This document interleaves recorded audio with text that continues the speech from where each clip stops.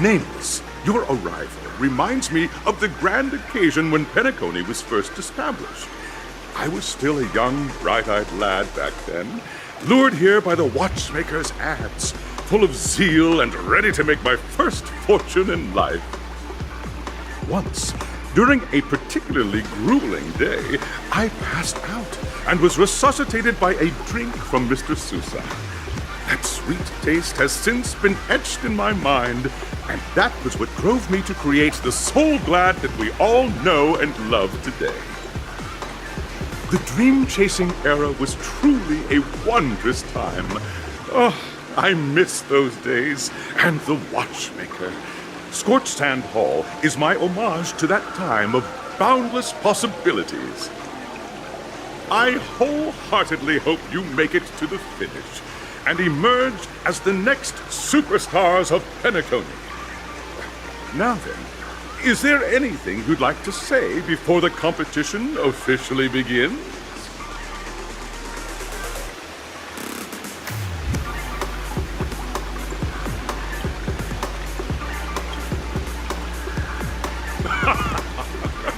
There's that swift and decisive trailblazing spirit. How about you, Miss March? Hello, everyone! Next up, get ready for the Mega March 7th Adventure, where I'm going to break the speedrun world record! Trailblazing into the uncharted and challenging the limits. That's Miss March 7th for you. How about Miss Firefly? I hope that by the end of this journey, everyone will have achieved the outcome that they hoped for. Ah, a wonderful wish! Miss Himiko, what are you expecting from your team? Safety first, everyone. Simple words, but full of warmth. Waiting for you are 3 stages, each connected to that era. The first 2 stages offer 2 distinct paths to choose from, with unique challenges on each route. And in the last stage, you will face off against a champion who has defended the title to this very day. A beloved contender whose noble virtues are unrivaled. Those are the rules. Simple. Everyone clear? Now then, I hereby announce that the 33rd Scorched Sand Festival of the 20th season, sponsored by Soul Glad Enterprises, has started.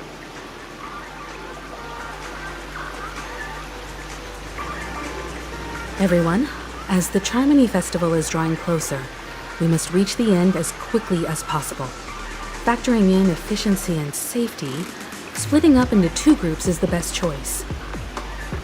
March and I haven't known Miss Firefly for too long and aren't overly familiar with her. It'd probably be better if the 2 of you paired up. Fine by me. Let's do it. All right. I don't have a problem with that.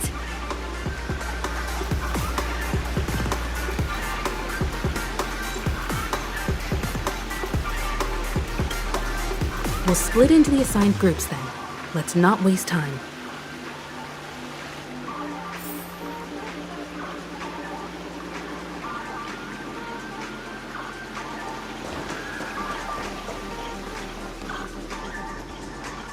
Welcome to the first stage of Soul Glad Enterprises' 33rd Scorched Sand Festival of the 20th season, Dream Play Fantasia!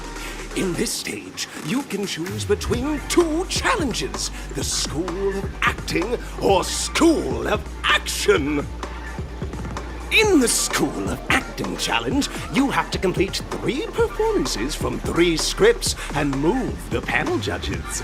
In the School of Action challenge, you have to defeat 3 groups of enemies convincingly and reach the end. Now, make your choice.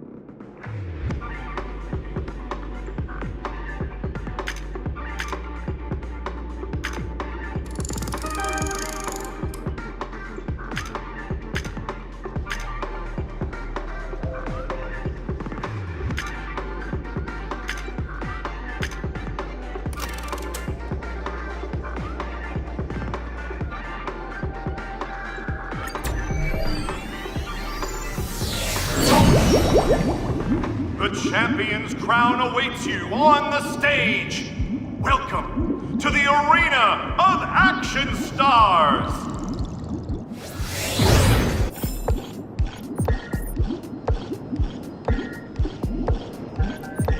Please make your way to the stage and vanquish those malevolent scoundrels with your dazzling fighting techniques.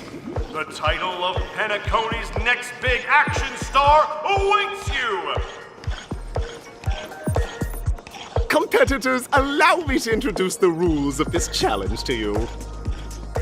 There are a total of 3 stages up ahead, each with their own challenges. The enemies you will contend against are antagonists from the film Once Upon a Time in Dreams. Defeat them swiftly and decisively to set a new record. It's worth mentioning that the fastest time for this stage was achieved by a contestant with fiery red hair. Astoundingly, he overcame all enemies across the 3 stages in only 5 minutes. Time is of the essence. Let's make this quick.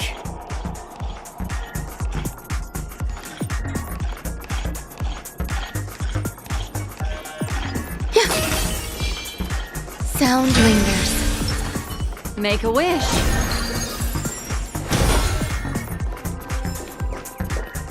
Contestants, you are about to confront the monsters of the primordial dreamscape. During this period, Penacony was nothing but a barren wasteland. The dreamscape was fraught with strife and disorder, with memory zone memes running rampant. As dream chasers who've come to Penacony, defeating them is your first step towards success. All the Soul Glad is ours! Don't even think about plundering the Soul Glad from us!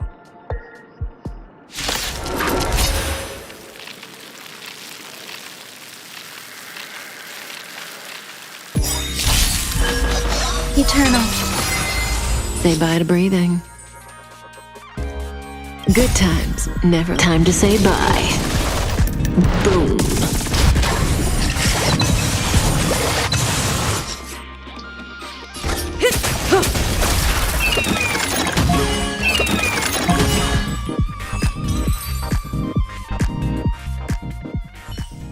Soul Glad! My Soul Glad! Pretty simple. I just hope these tests don't take too long.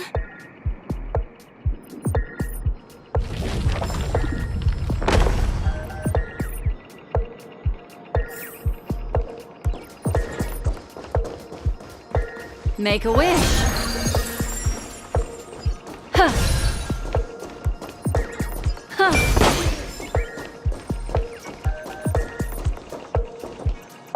Congratulations on becoming the first group of Dream Chasers!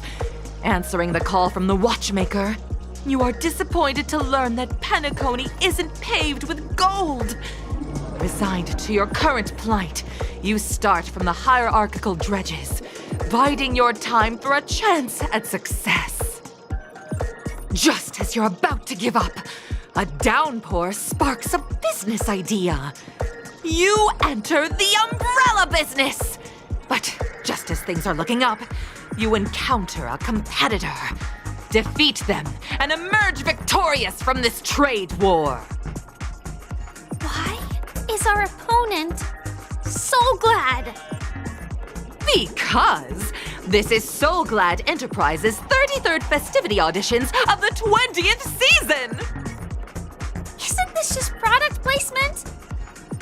To safeguard the integrity of Soul Glad, I will soar high into the sky and become its shiniest star. Whoosh!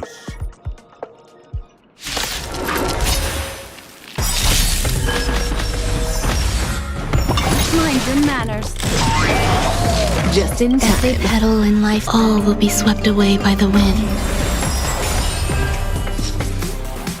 Good times, never time to say bye. Boom.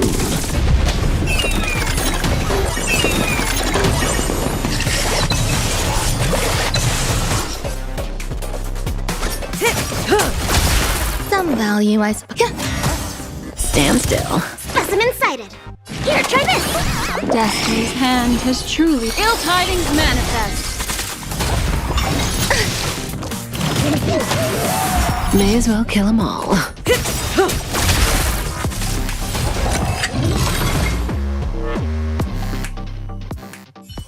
The world kisses me with pain, and I provide with soul glad in return.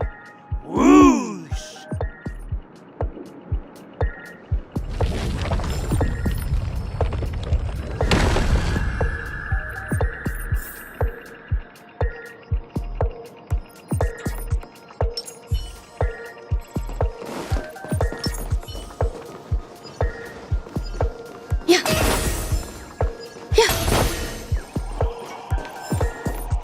Congratulations to our two Dream Chasers for establishing yourselves as budding stars in Penacony.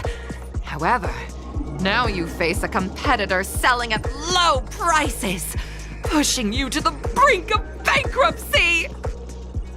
No matter how lengthy the battle, you always persevere.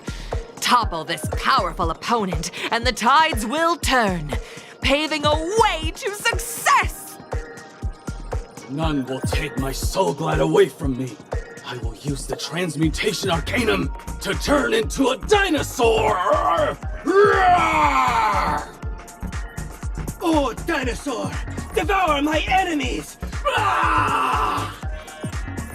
Grab a bottle of soul glad and make your dreams a blast!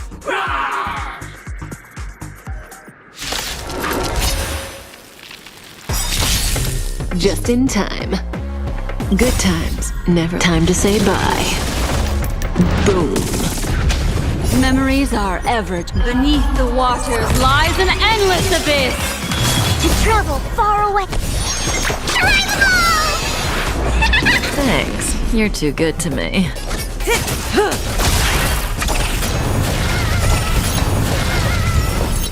Existence is unity. Specimen sighted. Stand still. Destiny isn't chosen. Ill tidings manifest. Say bye to breathing. Grace and elegance. Every petal and all will be swept away by the wind. Relax. Commencing research. What do you want to know? Ill fate descends.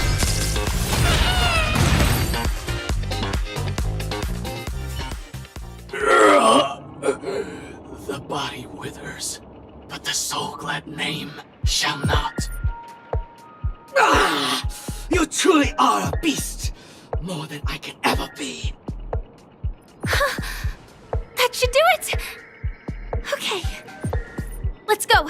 Mr. Yang is waiting for us. Isn't this fight way off from the actual storyline?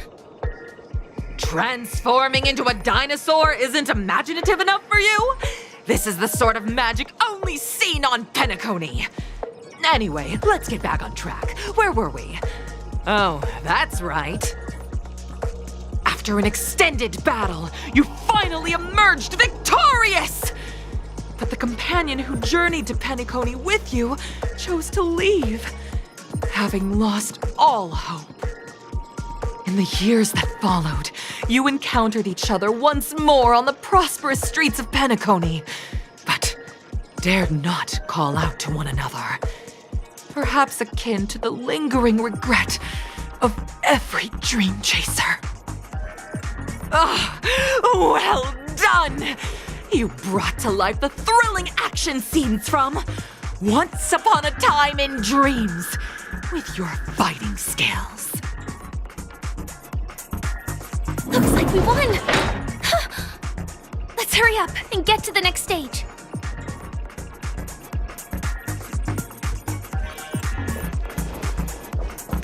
Yeah.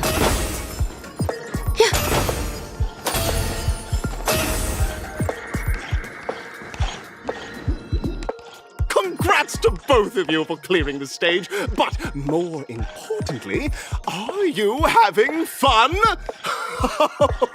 Fun is more important than success. Look at the time! You finished much faster than that red-haired contestant did. That red-haired contestant. Who is that exactly? You'll find out eventually, but only if you clear the next test first. Welcome to the second stage of the 33rd Scorched Sand Festival in the 20th season, sponsored by Soul Glad Enterprises. Gunfire time! You have the option to choose gunfire and undergo Brother Hanu's trial, or time, where you'll face Clucky's trial. And now, make your choice!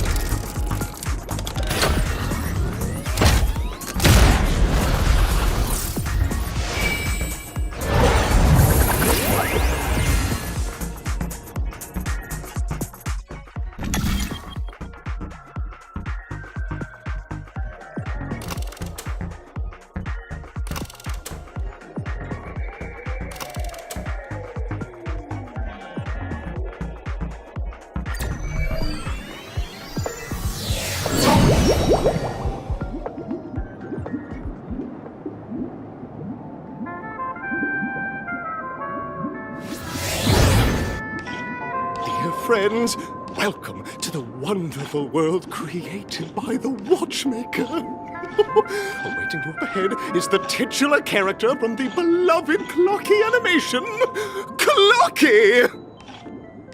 It's said that the Watchmaker dreamed up the idea of Clocky when he was just a boy.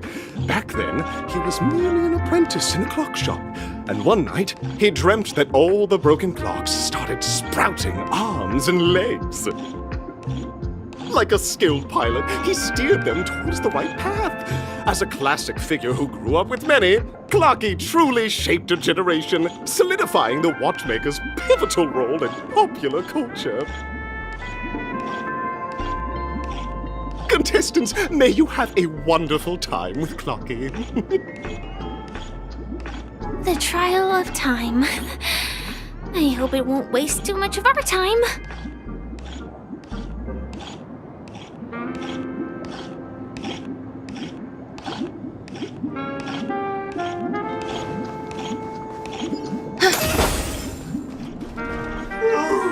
Am I just a failed experiment? That statue. Did it just speak?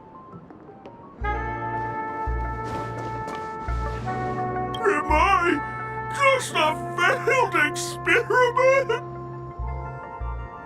I'm just an expendable failure of a clock, aren't I?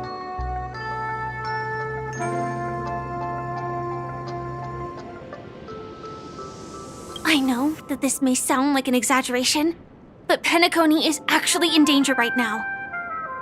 We have to prevent it at all costs. Sooner rather than later. Oh, another group of opportunistic challengers. Sorry, though I may be a failure of a clock, I still have my principles. You guys are just like the other challengers. You want to enter my inner self? Then please be my guest. But you won't find anything worthwhile. I'm just a failed piece.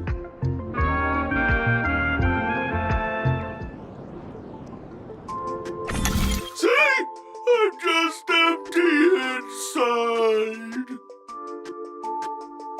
Tick-tock! It's time for me to make an appearance! Clocky? I can also see him. Is this character part of the show?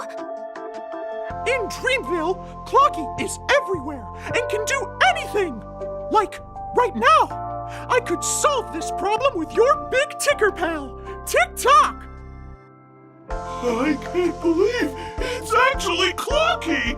Why would you come and visit a failure of a clock like me for no reason? You see, we're all clocks. We're family. I want to help you be happy.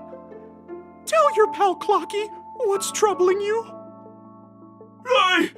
I came across a startling revelation yesterday. Apparently, Dreamscape Ticker isn't the same as Clocky at all. It's just a discarded prototype from Clocky's early development.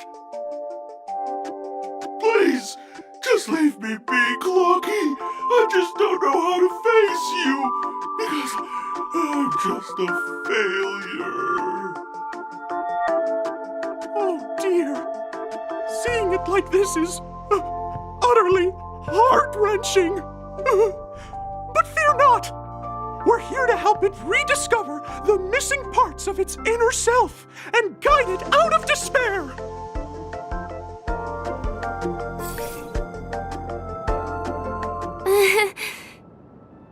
I guess even troop members can experience existential crises.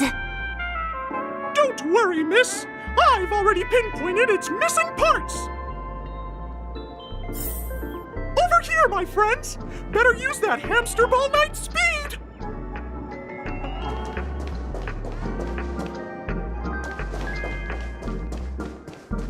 Yeah.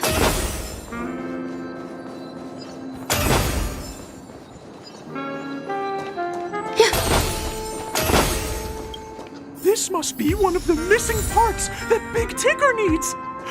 We're here. There's a missing part on the opposite side. But how do we get over there? There's also a dream side left here by a Dreamweaver. We're running out of time. We'll have to use it if necessary.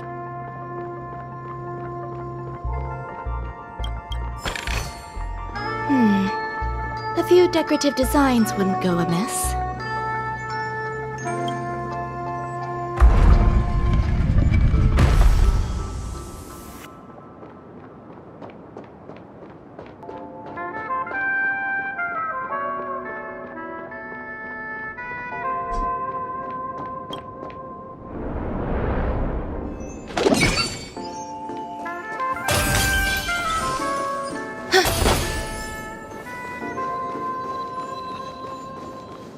Sound lingers. Make a wish. Help! Help! Tweet! I'm about to end up this roast dinner! Tweet! Tick-tock! Do I hear someone calling out for help?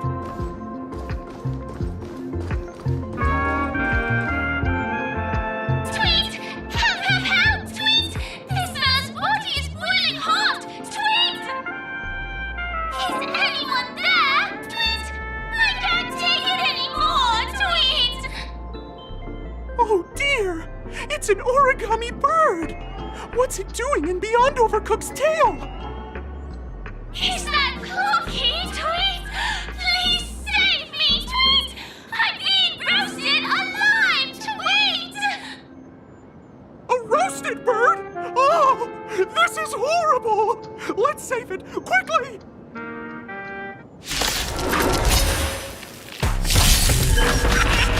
Existence is unity. Just in time. Good times. Time to say bye.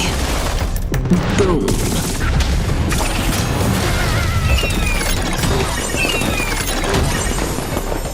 Memories are beneath the waters lies an endless abyss. Stand still. Specimen sighted. Every petal in life's all will be swept away by the wind. What do you want to know? Ill tidings manifest. May as well kill them all. Grace and elegant. Relax. Commencing research. Ill fate descends.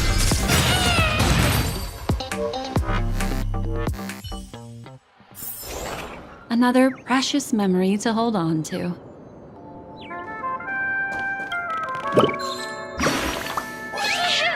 Thank you, guys. Tweet!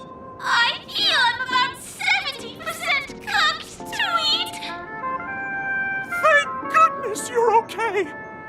Why did you burrow yourself into that fella's tail? Because that fella stole one of Mr. Big Ticker's pots! Tweet! I wanted to help retrieve it, but I accidentally got myself stuck in the oven! Tweet! Go ahead and get it, but be careful! It's hot! Tweet! An inner self fragment belonging to the Sweet Dreams troupe? This is just too surreal.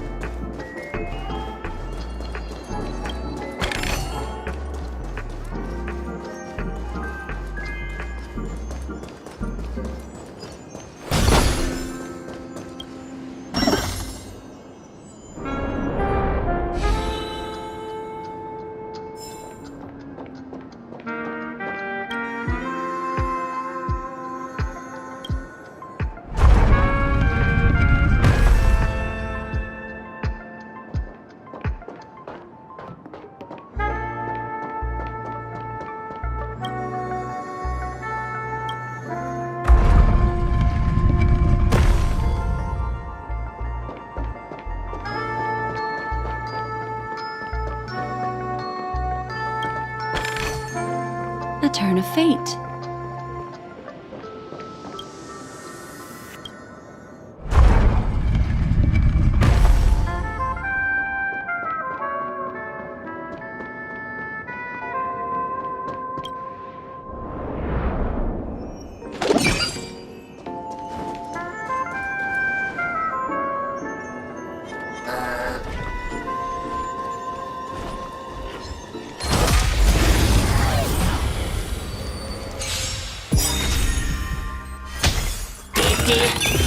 Good times, never time to say bye.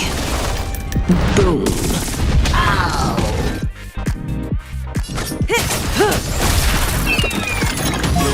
There's more to life.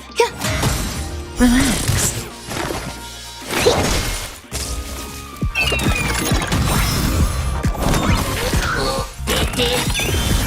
Memories are beneath the waters lies an endless abyss. Cut in the net. Some value, I suppose. Good times, never time to say bye. Boom.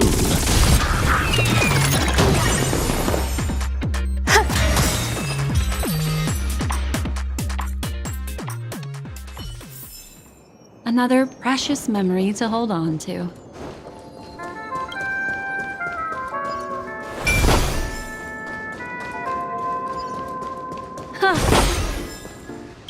We've gathered all the missing parts. Let's hurry back. We don't want to keep Big Ticker waiting.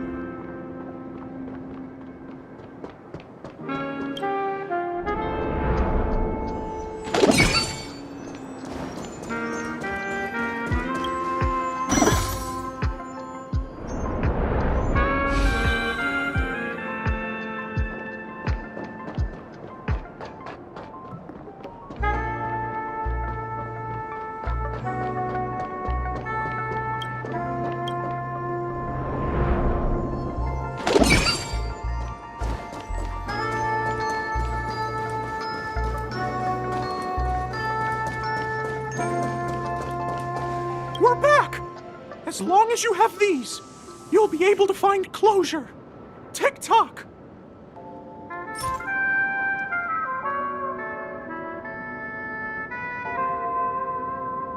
Oh, this sudden surge of joy! It's working! Tick-tock! Next, we just need to enter its emoscape, help connect its pathways, and we're done!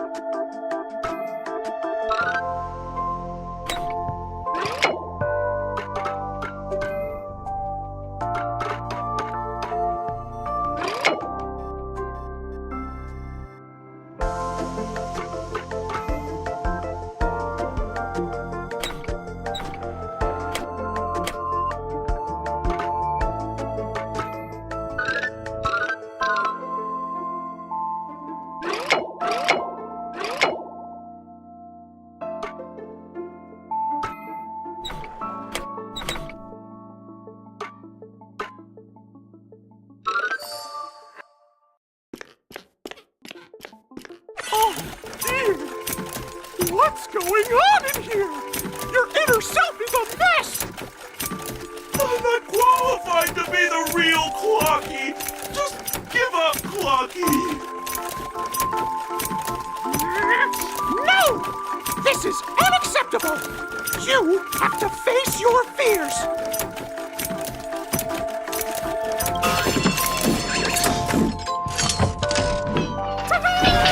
Success!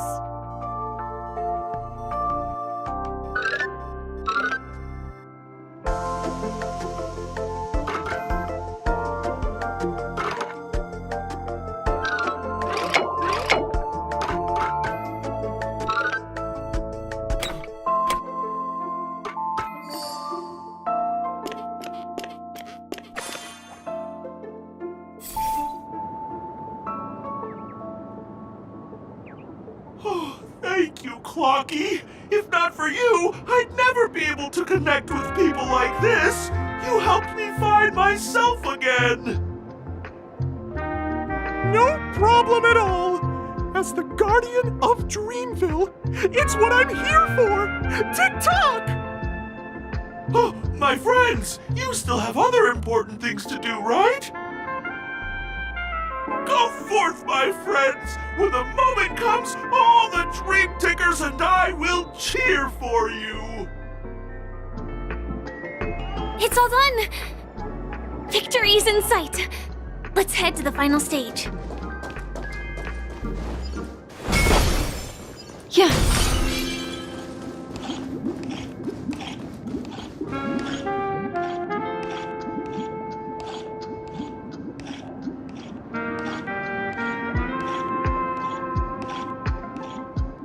Congratulations to both of you! Oh, you've overcome all obstacles and proven yourselves! But, unfortunately, there is only one who can be Penacony's festive superstar.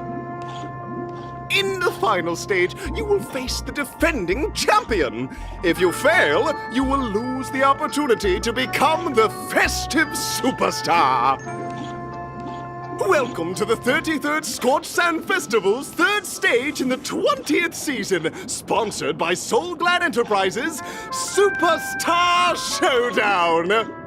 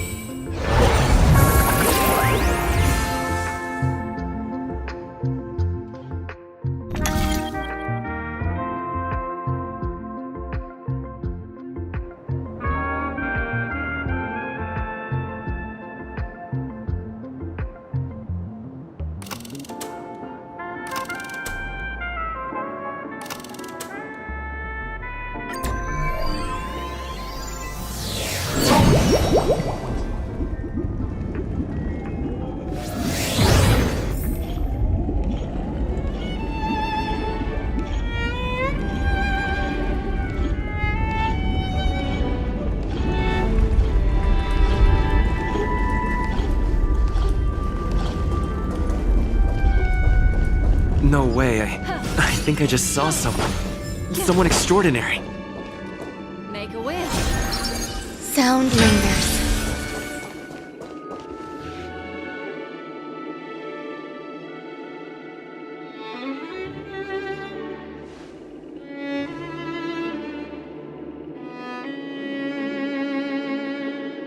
Are you a Knight of Beauty?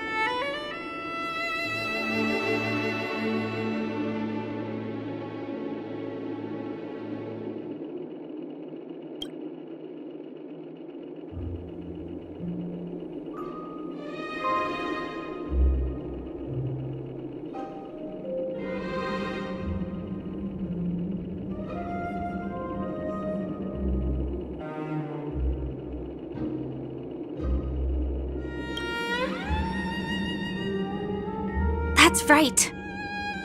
This magnificent dream is built upon the Stellaron and the countless sacrifices of many people.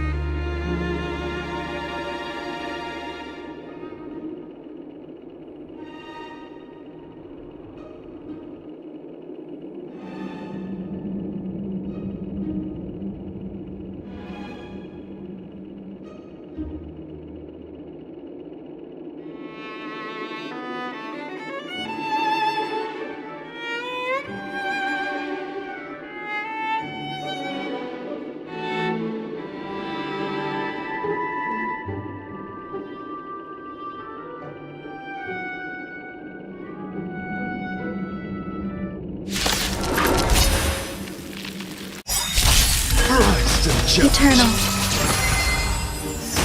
Bear witness to Just in time.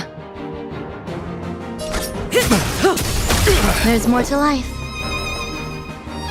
Every petal in life, all will be swept away by the wind.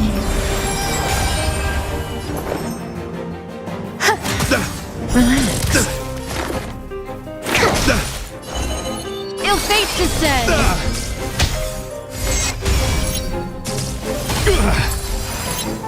You're fighting a gentleman. Put forth all your might.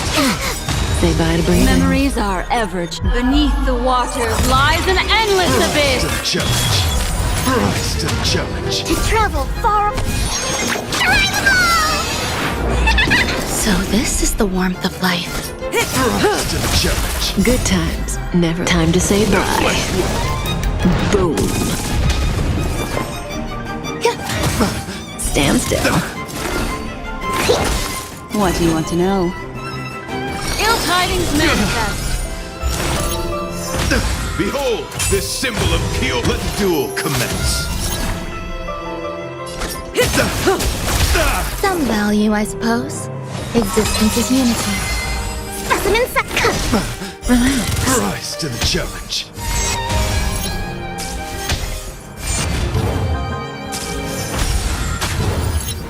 Pledge thine loyalty. Put forth all your might. Didn't hurt.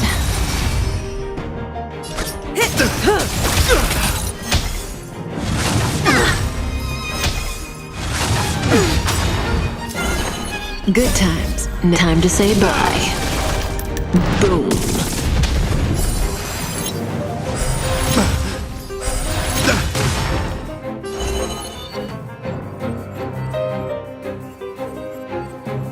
Ill fate descends. Memories are beneath the waters lies an endless abyss. Every petal, all will be swept away by the wind. Stand still. Commencing research. Here, try this. Thanks. To You're too travel good far. to me.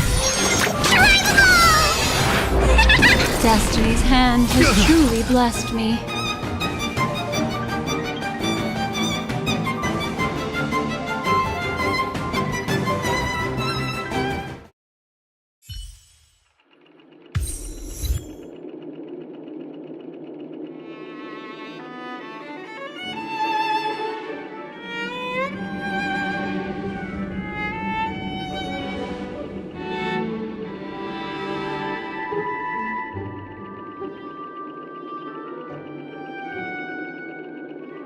We don't have much time. May fate allow us to meet again, Night of Beauty. In that case, let's make our way to the end. Penacony's really thronging with talent. I hope we make it in time.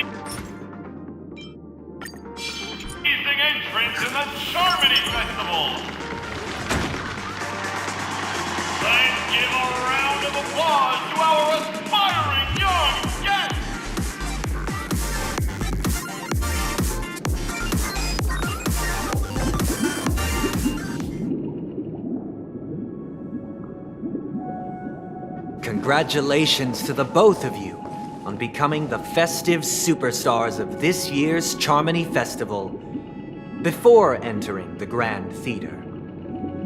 I, on behalf of the organizers, extend my sincere congratulations to you, wishing you joy under their radiance.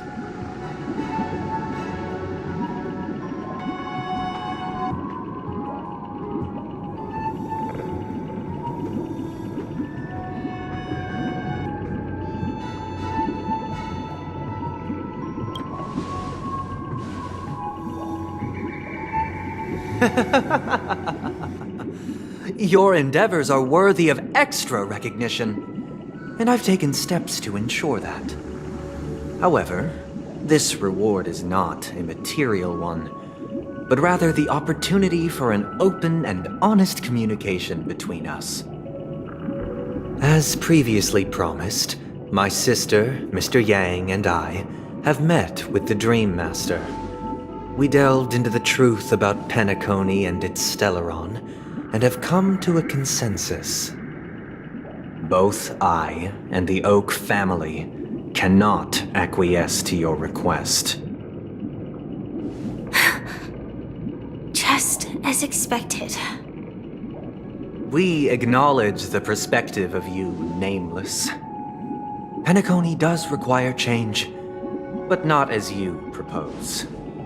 The planet of festivities cannot and will not revert to a place characterized by chaos, disorder, or anarchy.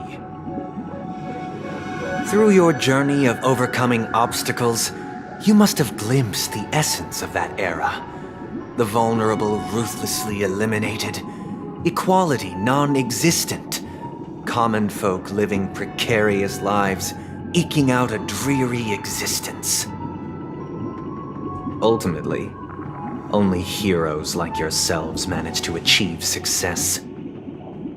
But I would dare ask, if you did not possess the special status of having a Stellaron, and you were but an anonymous and frail member among the masses, which Penacony would you prefer?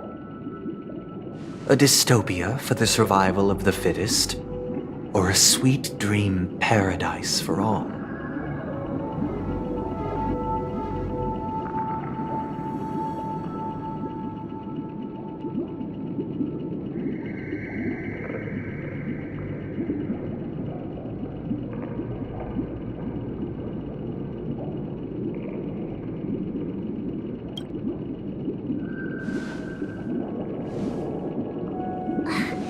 That's not the point! Don't let him mislead you! Mr. Sunday, even if the members of the Oak family can't fully agree on what to do about the Stellaron, now's not exactly the time to be holding an extensive discourse about Penacony's past and future, is it? The Stellaron issue concerns the life and death of everyone on Penacony. If anyone has a better suggestion, the crew is more than willing to listen. Also, it'd be best to tell us the ins and outs of that meeting. This way, we'll at least know what Welt and Miss Robin are dealing with, and the reason why they failed to make our appointment. Ah, Navigator. That is precisely my intention. With all present, let's begin by discussing the details of that meeting. Let's talk about our tribulations and choices, our ideals and beliefs, and our final course of action. The only path to take.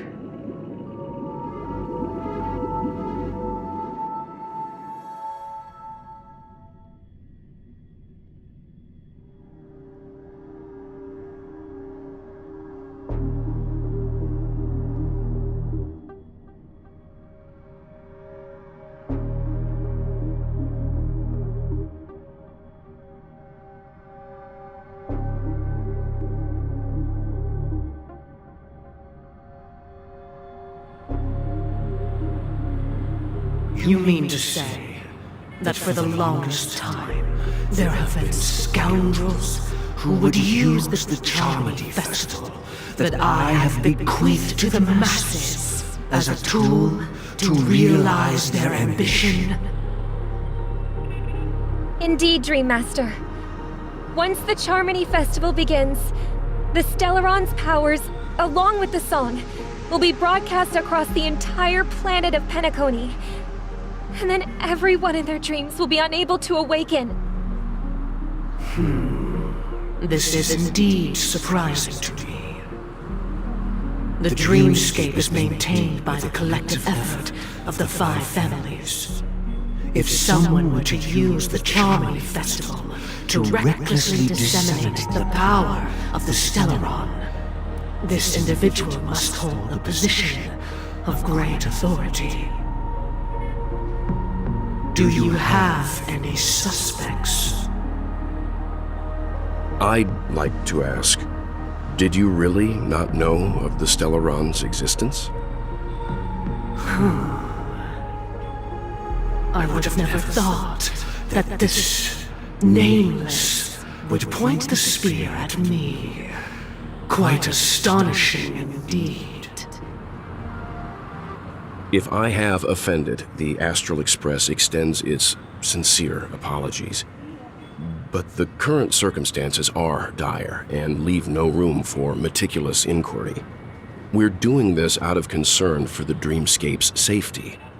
So, if you could, please alleviate our concerns. Dream Master, it's just to prove that the Charmony Festival has nothing to do with the Stellaron. If we're being overly cautious, I will return to the stage to offer tribute in song, just per the arrangement.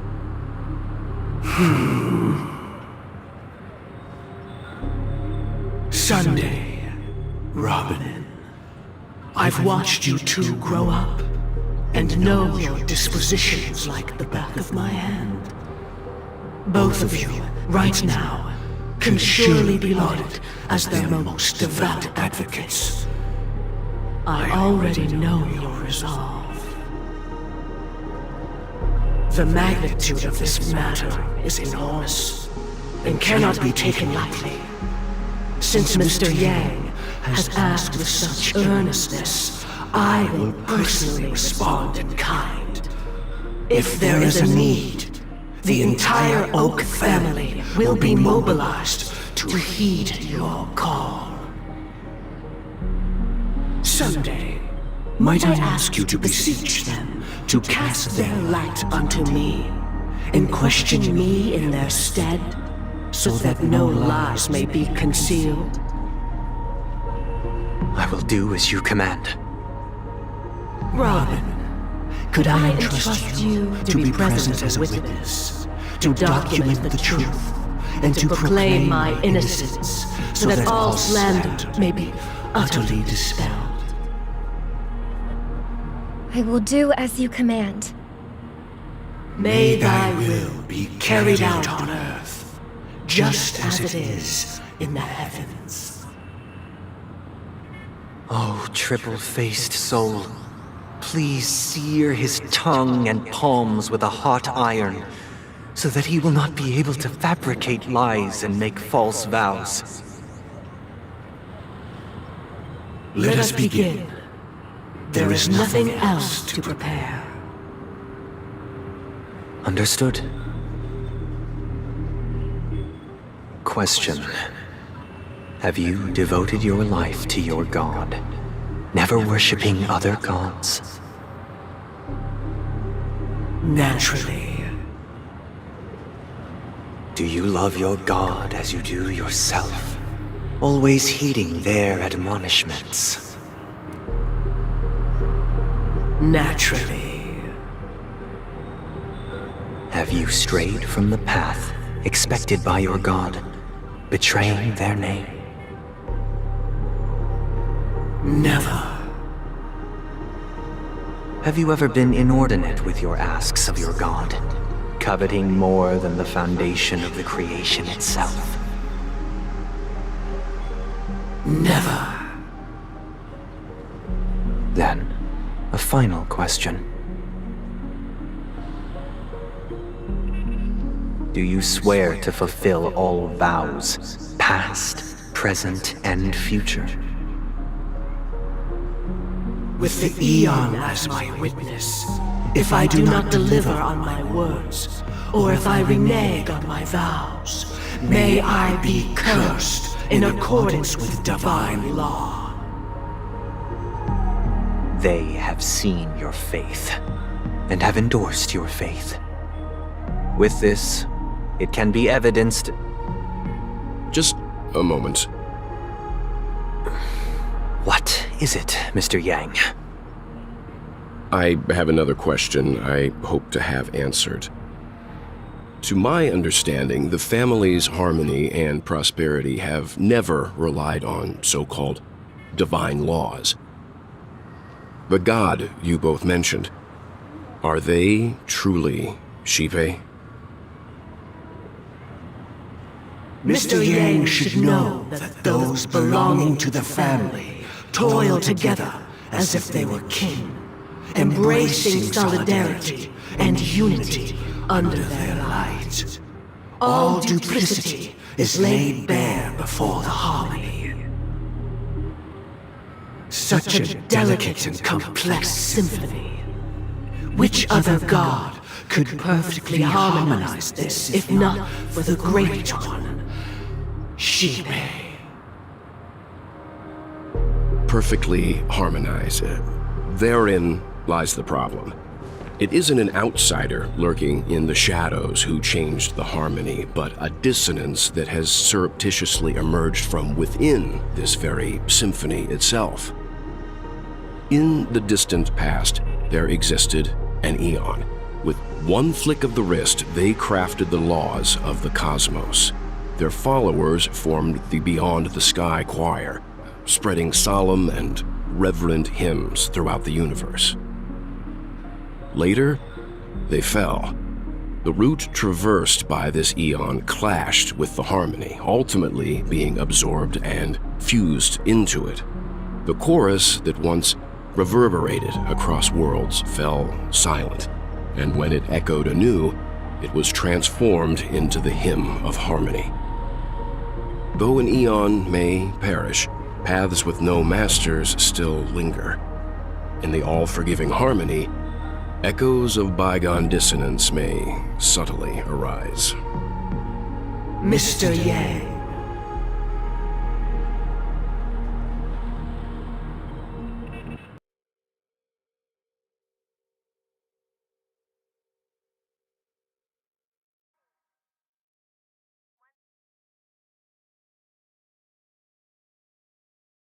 For the sake of our grand cause Sunday, please afford these two an opportunity to rest. What?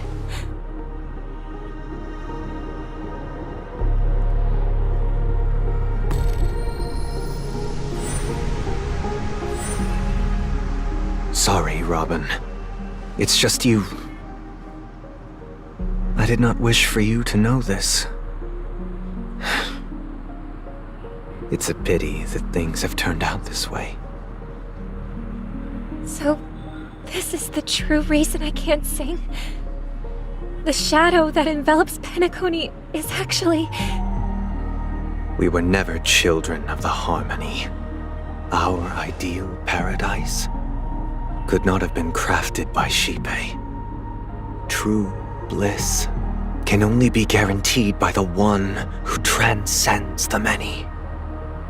Within the foundation of law, humanity establishes civilization, and through harmony, we obtain order.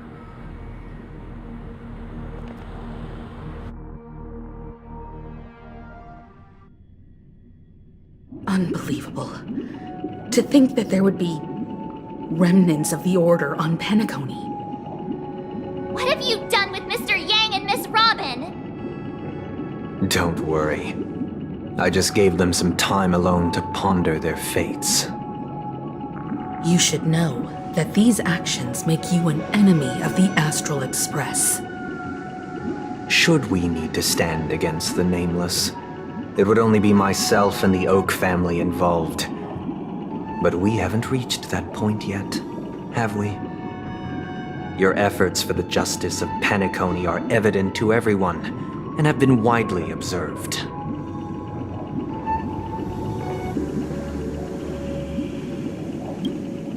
Oh, I intend to. But that hinges on the outcome of this negotiation. If it is the Order that drove you to imprison Welt and Robin, and you're using them to coerce our compliance, then there'll be no point in entertaining any type of discussion. You're mistaken, Miss Himiko. They are in very safe hands, and just as the family has always proclaimed, no one can be harmed in the dreamscape, least of all in the beautiful new world belonging to the Order. Penacony and the entire universe have witnessed far too much innocent bloodshed. The strong wield their blades against the weak, and the victors push the vanquished to the brink of life. Natural selection. The world abides by this principle, establishing the well-being of humanity atop the corpses of the downtrodden. Only we, or rather, I, possess the power to put an end to this farce. So you've decided to resurrect a dead Eon? No one's ever done such a thing. If Miss Himiko is interested, let's draw back the veil and speak candidly. I've always firmly believed that people can understand one another through peaceful means.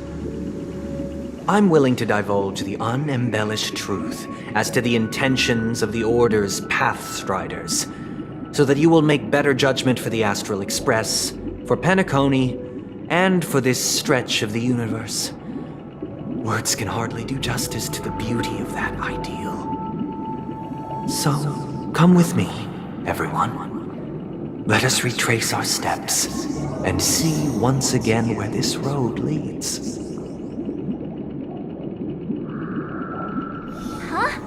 Where'd he go? Welcome. This isn't any location in Penacony's dreamscape. It's my inner world. The reason the scenery before you remains unchanged is because your consciousness has drawn on similar concepts to fill in the gaps.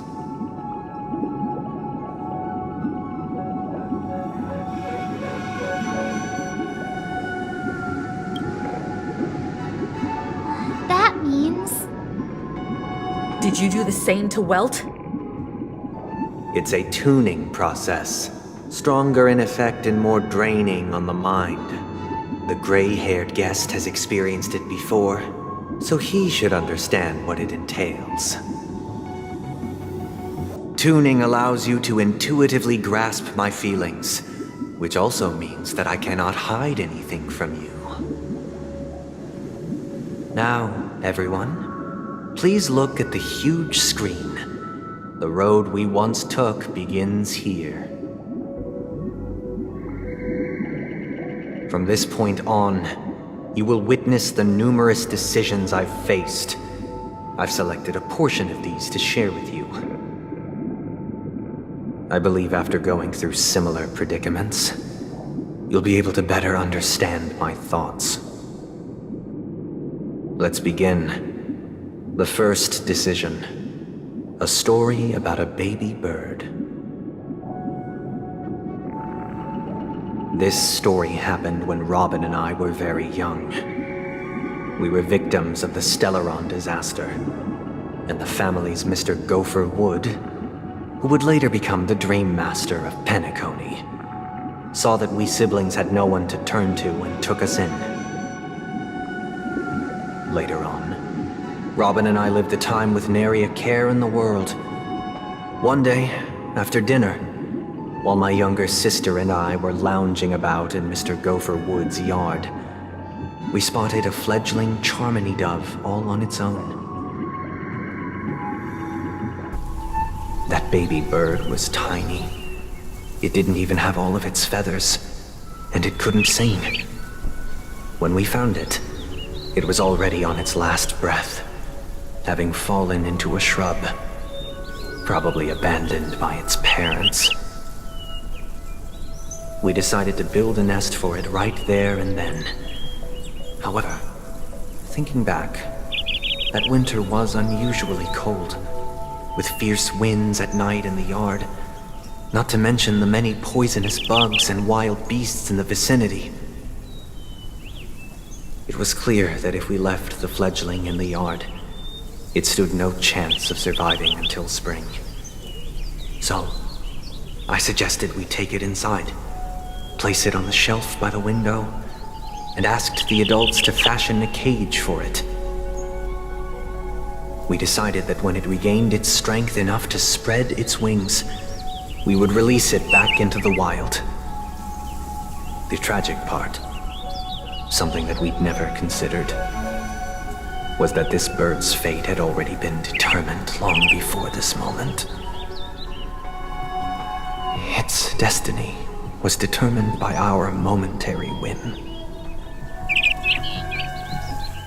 Now, I pass the power of choice to you all.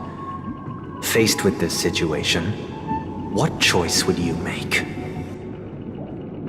Stick to the original plan, and build a nest with soft net where the Charmony dove fell. Or build a cage for it, and feed it, giving it the utmost care from within the warmth of a home. I eagerly await your answer.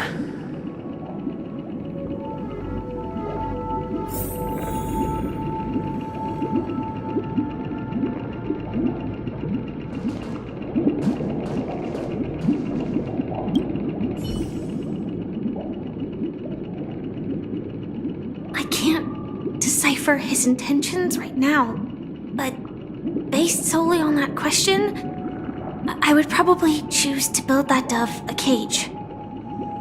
Even if I was gonna release it back into the sky, it'd have to be strong enough to fly first. If I left it where I found it, I fear it'd never get the chance to fly ever again.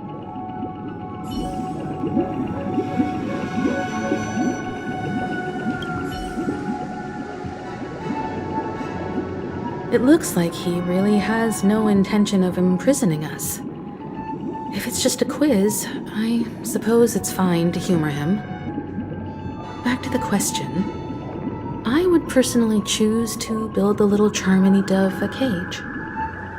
No special reason. I do think that a fledgling should have the right to fly into the sky.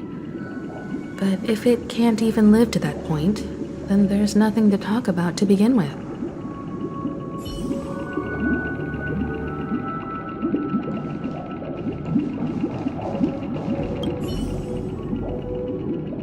That guy just casually throws this kind of question at us? What exactly is his deal? But fine, I'll answer, I guess. If it were me, I guess I'd choose to build a cage for the little Charmony dove. After all, leaving it there, it's bound to get hurt by wild animals or something. And that'd just be too sad.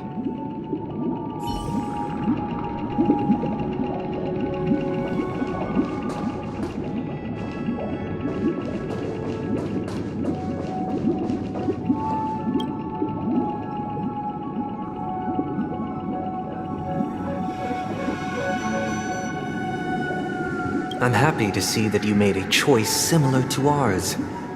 If your mind is made up, let me reveal the outcome of this choice. We passionately nursed it back to health, preparing only the best food for it every day. We even preened its feathers. Later, on the day that Robin left Penacony, we opened the cage door and let it fly back into the sky. I watched it for a long while by the window, probably about 3 or so days.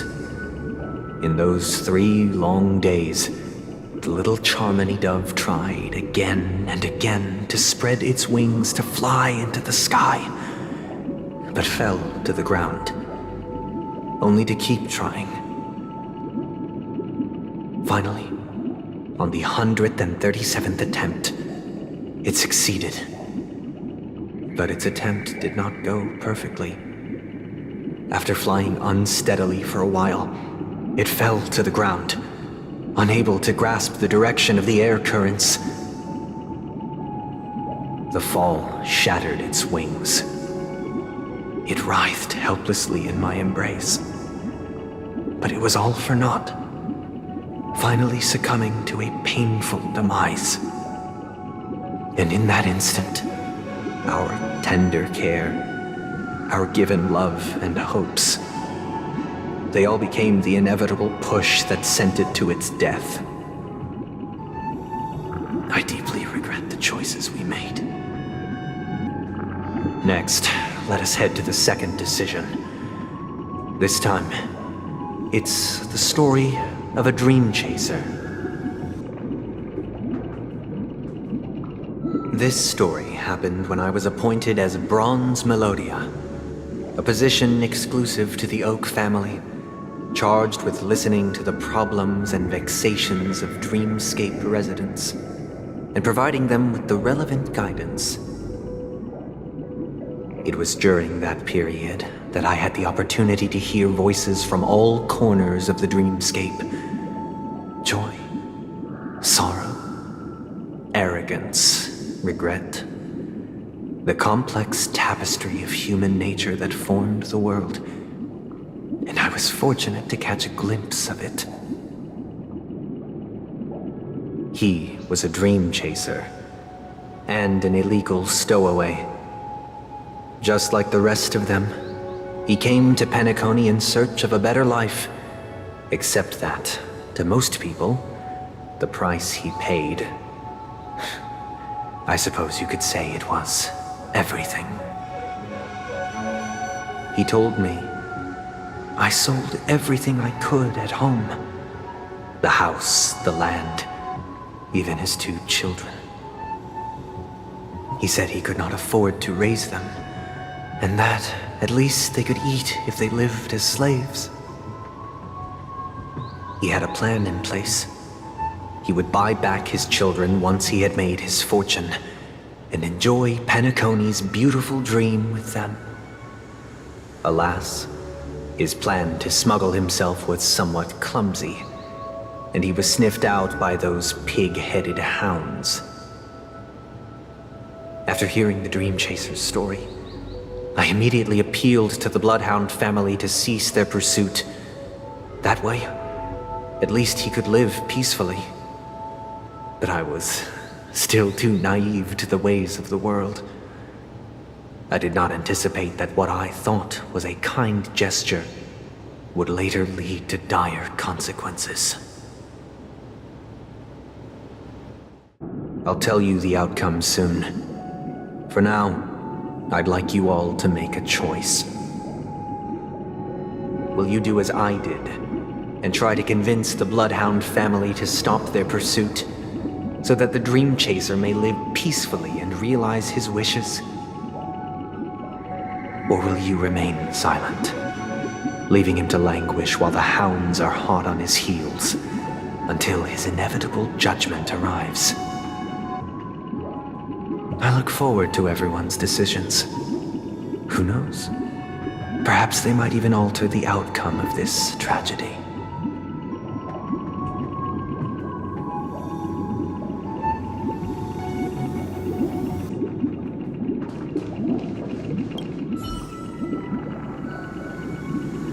A Dream Chaser story.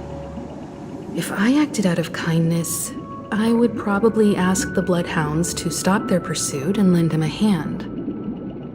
But what cruel repercussion would this choice result in?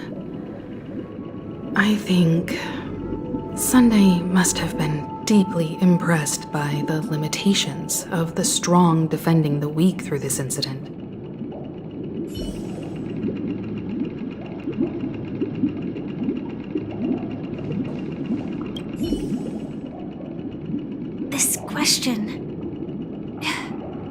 Surely it has some connection to the baby bird story.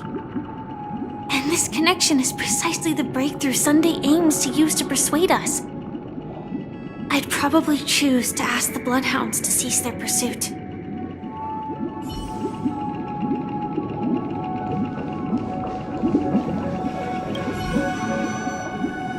It seems illegal stowaways are really quite common on Penacony. But that guy in the story, I don't think he deserves any sympathy at all. He sold his kids to chase a dream. Even if he intended to go back for them, it's still insanely irresponsible. With that thought, there's only one choice. Let the Bloodhound send him back home. This person deserves to be punished.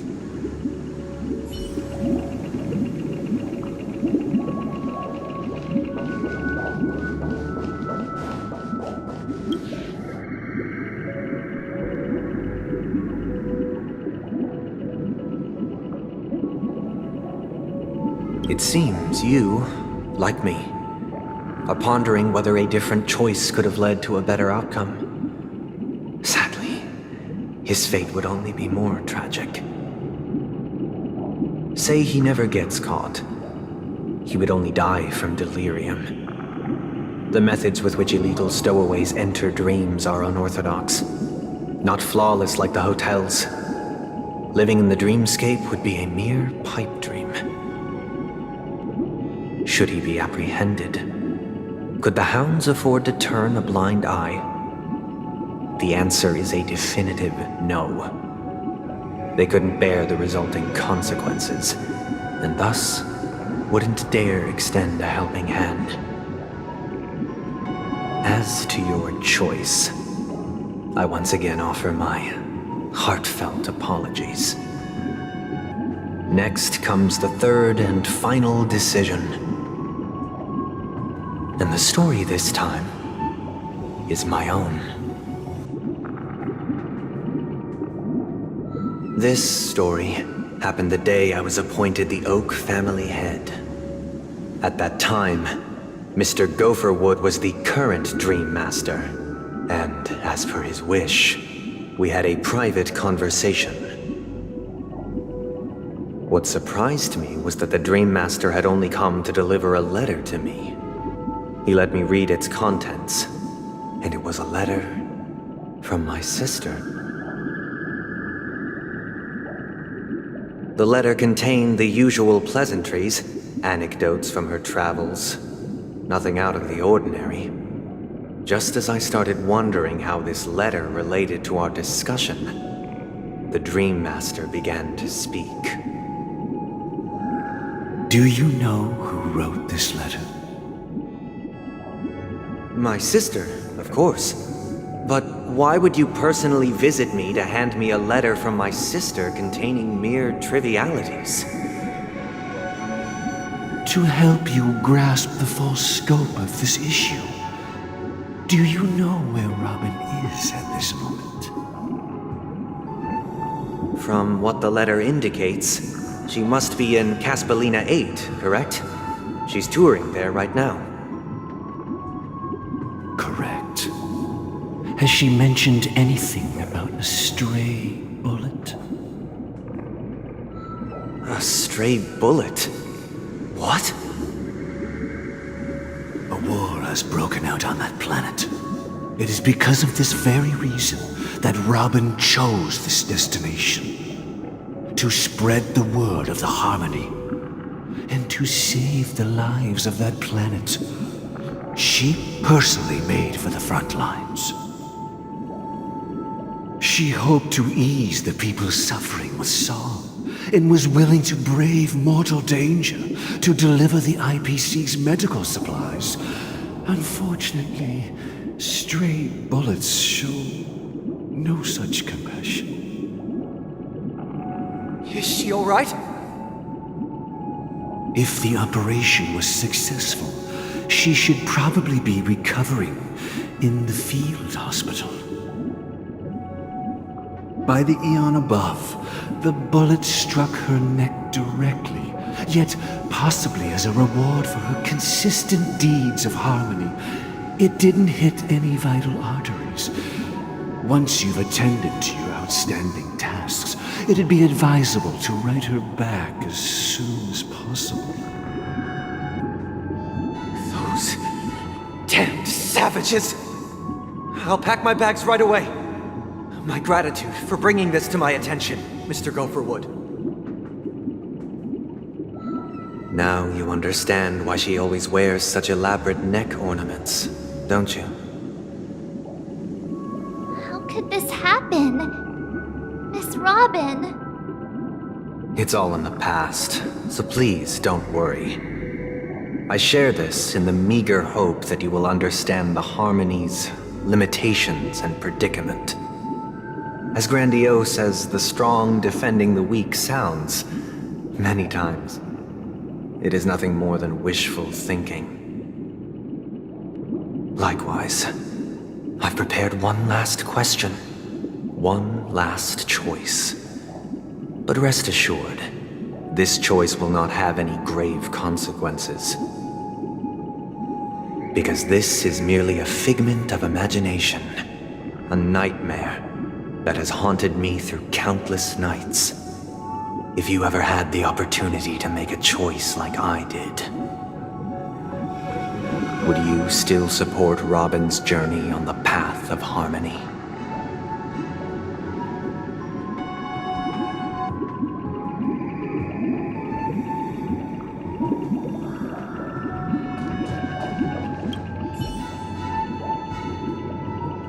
I often feel like I've dreamt of similar scenes on certain nights. In the dream, I see blurry faces. I don't know who they are, but I sympathize with all of them, fighting for survival against some unfathomable force. Their confusion and fear are lucid to me, but I also remember they chose never to give up. Just like Miss Robin. If Mr. Sunday's question leaves you puzzled, you should find the answer from your own experiences. With each trailblaze, dangers and tribulations will surely follow. But would you ever back away? Would you stop March and Don Hung from reaching their next destination? I believe you have an answer of your own in your heart.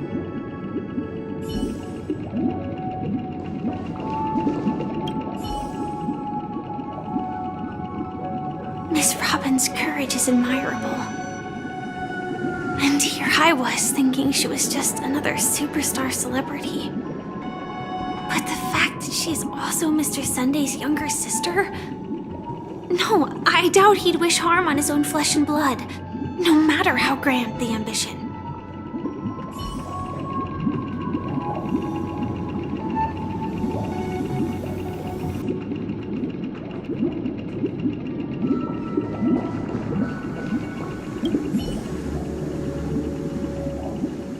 I can't believe that happened to Miss Robin. The strong defending the weak is a great mantra, but if I had to pay such a price,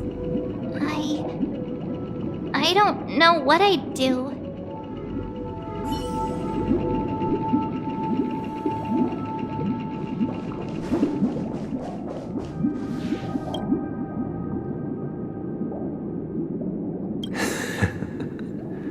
I see.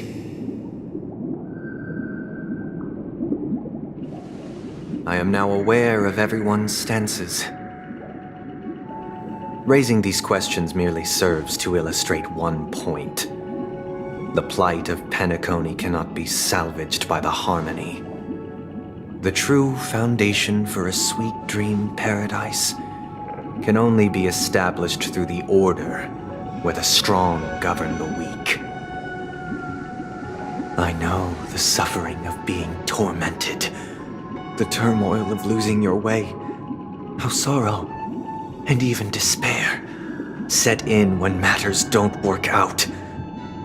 All of this causes me unending pain, because this is not what happiness is at all. We must teach the weak how to live a happy life, and this life isn't some noble propriety that the upper crust preaches, but in definitive terms, a way of survival that belongs to everyone. So what is your definition of living a happy life? Good question. Human consciousness is fundamentally an illusion, a cage known as self-worth. People lured in by this illusion make mistakes, yet still ask that external influences bear the burden. When one mistake after the next permeates the masses, they become impossible to trace. Thus, the amassing of these individual cages culminate to form a prison, a place dictated only by the rule of survival of the fittest. Nature is always accompanied by predation and sacrifice. Its antithesis is known as order. That is what I want to do. unite people's happiness under the banner of order.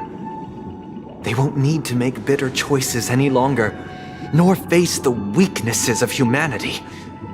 They can cast aside their primal instincts to build a haven for mankind. Simply describing thoughts is far too abstract, so allow me to provide a simple example. As you all may know, there are societal norms like weekends and long weekends that exist on some worlds. During these hard-earned rest days, people are given the chance to extricate themselves from the stresses of everyday life, allowing a certain tranquility to return to their souls. And it is only on these days that people do not have to adhere to the law where the strong prey on the weak. They can live out their lives happily during these brief intermissions. It's just a pity that 2 or 3 days are still too fleeting compared to the span of a lifetime. From where I stand, society's ideal system should be 7 rest days. Following Sunday, there should ensue a second, a third, and indeed an infinite procession of Sundays. This should be the face of the new world. Idyllic, eternal, peaceful days. And thus, every person can return to their base selves in this utopia. Some gaze in reverence at the stars, pouring their whole beings into calculating the distance between us and the isolated world of Pagana. Meanwhile, some seek refuge in quiet corners, holding one another, unencumbered by the chains of unwelcome obligations. There would be no need to bear the hardships of reality. Only in this way can humanity face the inevitable end with the purest of spirit, living a life of dignity. This is what it is to live in bliss. Miss Firefly, you who are stricken with entropy loss syndrome, you of all would surely understand this.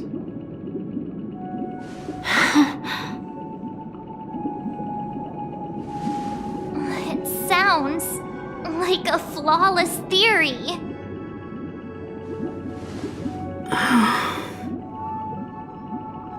But what is the price to attain all this? The cost is minute, merely a personal and eternal sacrifice. If this paradise is to be maintained for everyone, someone must remain trapped in solitary awakening until the end of the cosmos. Awakening. Which means that this so-called paradise is still a dream. Stepping into this paradise means forsaking reality, correct? It is not forsaking, but transcending. Flesh, blood, sorrow, weakness. If the physical is the root of spiritual suffering, it is only logical that we defeat it.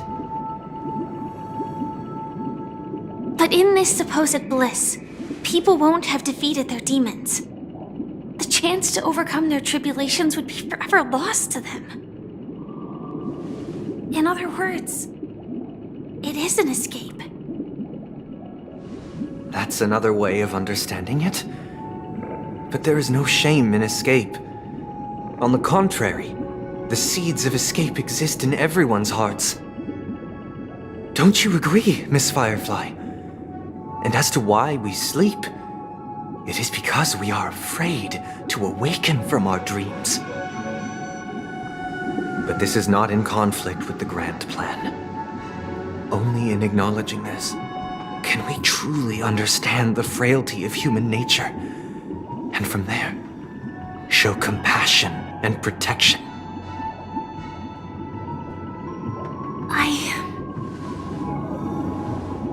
I admit that you are a born leader.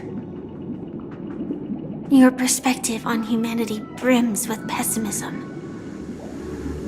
Yet you express compassion for all, even when your heart pities them. But unlike you, I live for the self. From my perspective, individuals making choices for themselves is their birthright.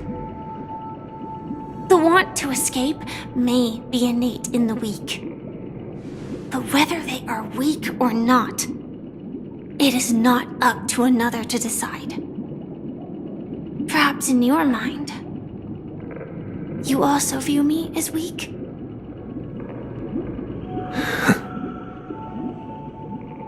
Because I don't think so. Since Miss Firefly has said her piece, the Astral Express will also naturally give you our answer. We'll leave it to you. Just as Mr. McHale instructed before. Tell him our choice.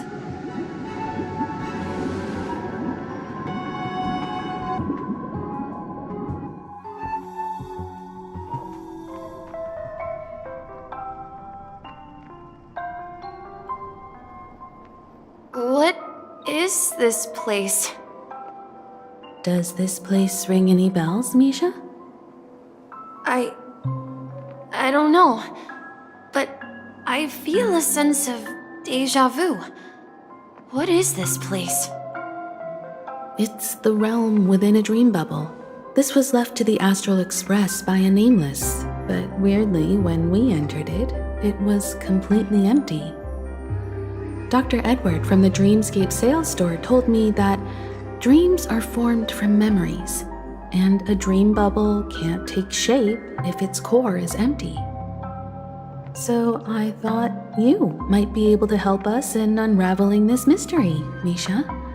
As a hotel doorman, you know Penacony best among us. I don't know much about dream bubbles, but if you want to figure out what this mansion is, I'll do my best. I'm counting on you then. Himeko, I still don't get it. Why were you so sure that Misha had a connection with this dream bubble? I wasn't sure. It was just a hunch. But since Misha feels familiar with this place, my hunch might be correct.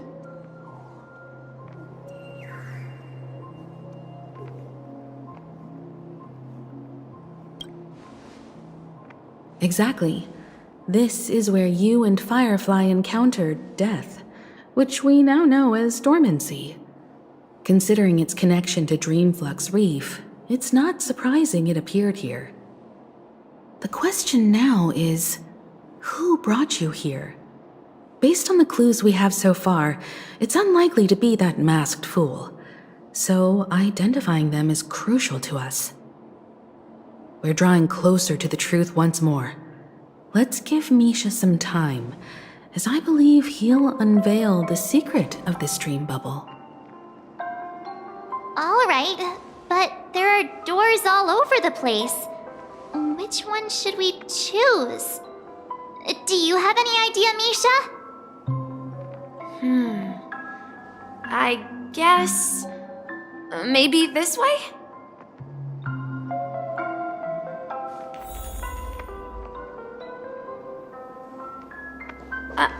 I'm not entirely sure, but let's give it a try.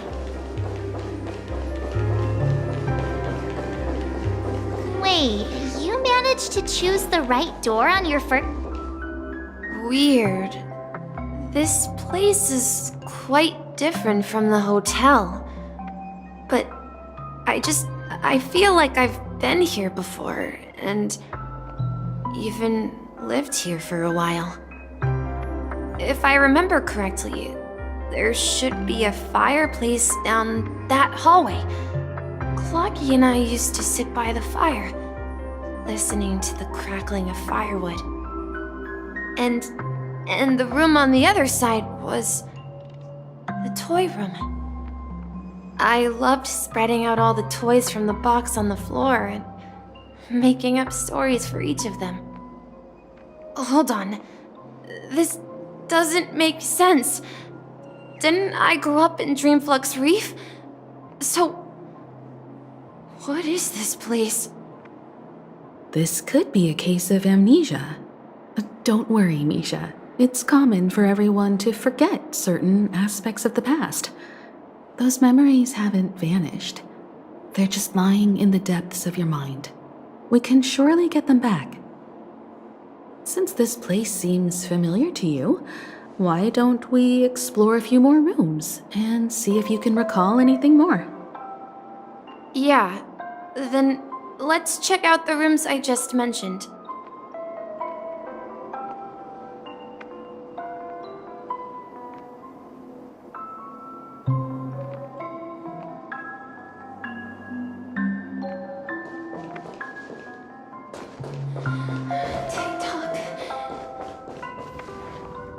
Mikhail, that's the name.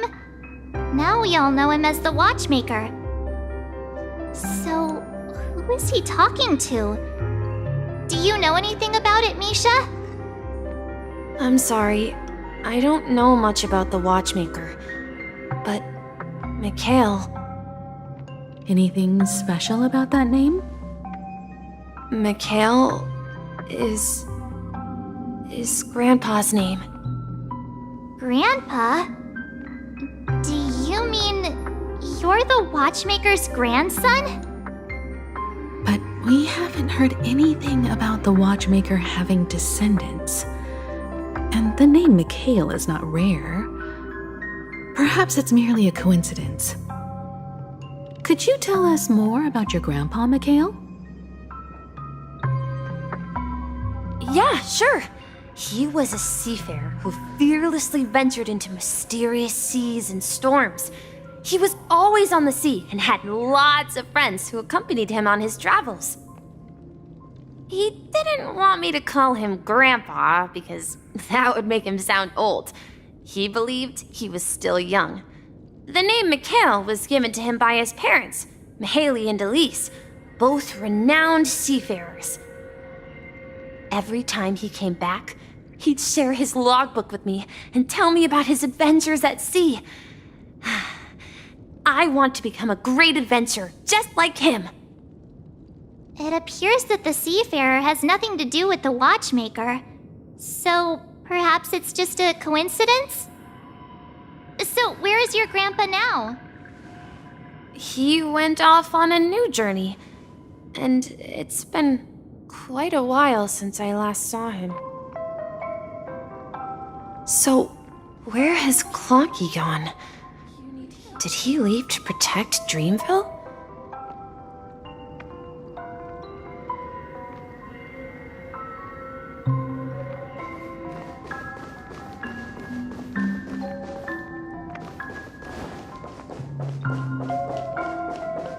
Tick-tock.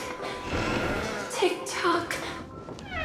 I heard some noises from the room. Origami Bird? That's a friend of mine. You and Origami Bird are friends? Yeah. It's a member of the Compass crew, just like Clocky and Miss Mirror. And there's more than just one Origami Bird. They are a big family with lots of brothers and sisters who look the same. They follow Miss Mirror's orders and handle all sorts of jobs on the ship. They're the best sailors. Sailors? Can Origami Birds be sailors? Could you tell us more about the Compass, Misha? The Compass is a ship bound for the New World. Clocky and his partners travel through layers of fog to the depths of the sea. Whenever there is danger, Clocky will use a compass and guide the ship in the right direction. That's a great story. But in the Penacony cartoon, Clocky and his partners have always lived in Dreamville and never ventured out, right? Huh? Oh, that does seem to be the case. Weird. I clearly remember Clocky arrived in the New World in the end. Perhaps Clocky has a hidden past. I think I hear the sound of water. You once mentioned there's a magnificent fountain up ahead.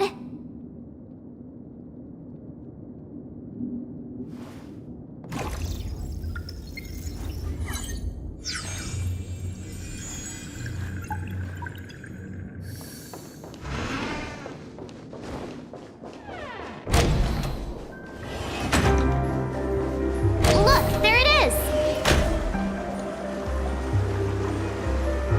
The water resembles a precious jewel embedded in the dreams of all seafarers. Every time I gaze at the shimmering lights beneath the waves, it feels as though I'm back in this place, standing by your side. Have you recalled anything, Misha?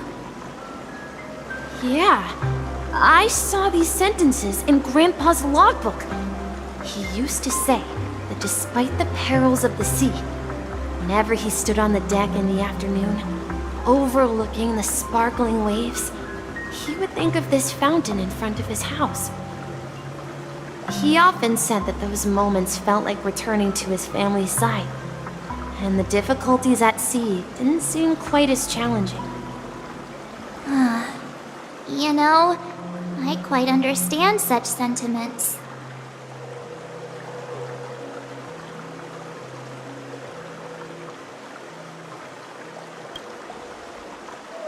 I'm not an elder. I was just being a bit sentimental. Perhaps every adventurer far from home carries a fountain within their soul. Even though the other side of the sea remains shrouded in the unknown, the fountain in front of his house serves as a compass, leading him back to his cherished ones.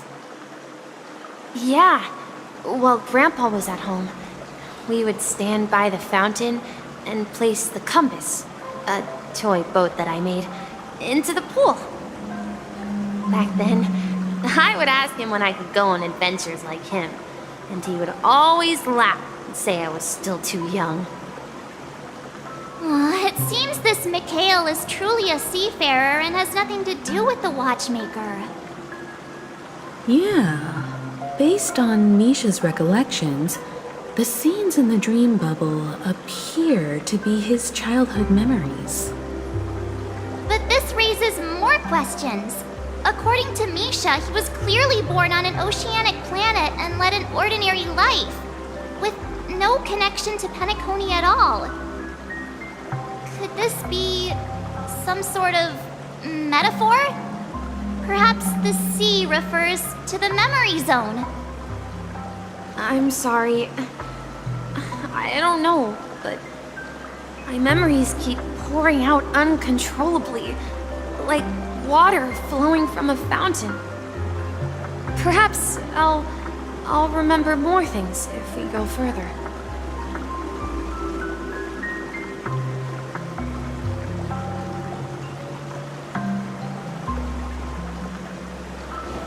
I wish to share your burden. We're going to the opposite side, right? No, we should turn left here.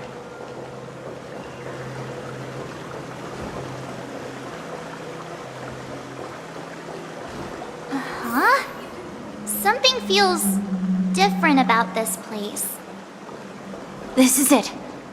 I remember this corridor. Up ahead is Grandpa's study. It was in that room that I saw him the last time. Captain Misha, seek out in the correct direction! The atmosphere in this room feels totally different. Misha! You finally come! Clocky, you're here! Huh. Yeah. This is the room where we first met each other. Are those books on the bookshelf logbooks left behind by that seafarer? Yeah. Whenever he came back, he placed a logbook on the bookshelf in his room. They contain records of his expeditions to every corner of the world. He described our world as a fountain. At some point, the sea started to gradually swallow up the land where people lived. To ensure that everyone had land to settle on, he had to continue exploring the sea and search for the source of the rising seawater. On that day, he called me to his study, telling me that he was embarking on another journey. However, I could sense the gravity in his expression. It was the same look I had seen on my father's face before his final voyage. I asked him if I could go with him, but he said that my adventure lay elsewhere and told me to stay home and patiently await a certain sound at the door. What sound? He told me about a vast ocean in the sky, an ocean of stars. He spoke of a train that transports children with a desire to venture far away, traversing the sea of stars without ever stopping. He said that he knew the crew on the train, and that he had asked them to take me along. He said the journey I had always dreamed of would start there. A train? Could it be? It's the Astral Express. I remember now. Grandpa's friends are a group of nameless who came to this world to resolve a disaster caused by a star. Then, he gave his pocket watch to me. It was his cherished treasure, appearing in every one of his adventure tales. He explained that difficult times were ahead, but assured me that the watch would guide me. He said, as long as I kept moving forward, I'd eventually reach my desired destination. And then, it was as if I heard the distant sound of a train whistle echoing throughout the room. Exactly, Misha! And then we followed that whistle, didn't we? Yeah. I think I can still find the way we took back then.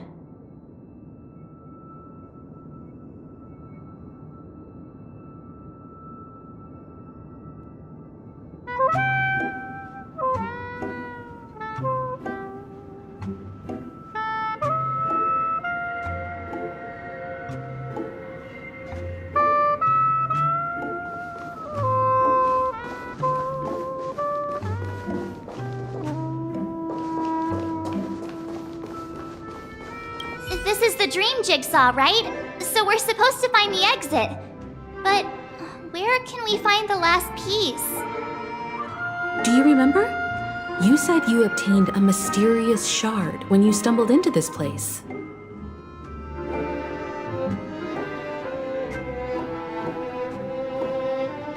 Hey, the shape seems to match. So this shard is also connected to Misha? Looks like we're just one step from revealing the truth. Let's get to the other side and investigate.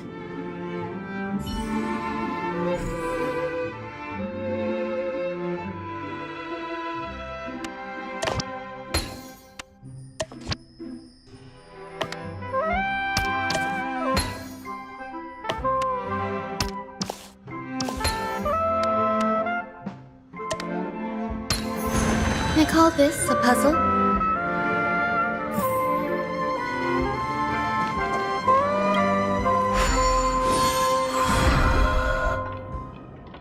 This is it. This is my room of clocks. While I spent my time waiting for Grandpa to return from his voyage, Walter gave me this workshop, and it became my secret base. Here, I learned how to repair clockwork and gears, out of my fondness of precision mechanics. In my dreams, I was the captain of the compass, embarking on adventures with my companions, Clocky and Miss Mirror, in search of the new world. I was born and raised here. So, this building in the dream bubble is your childhood home? Yes, but not exactly.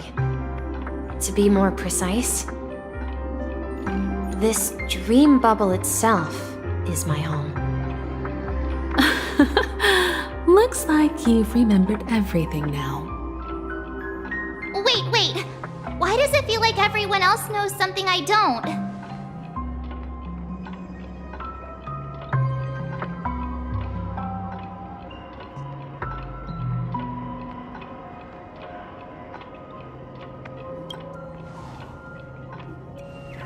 March, do you remember when he mentioned a clocky that only he could see? Yeah, the little guy here, right? But we all saw him in Dreamflux Reef, right? And Mr. Yang even greeted him. Looks like everyone on the Astral Express has a childlike spirit. The answer lies in the Astral Express. His experience shows that neither Firefly nor Acheron can see this clocky. And when we were in Dreamflux Reef, you may have noticed that for some reason, nobody outside of the crew had ever talked with Clocky.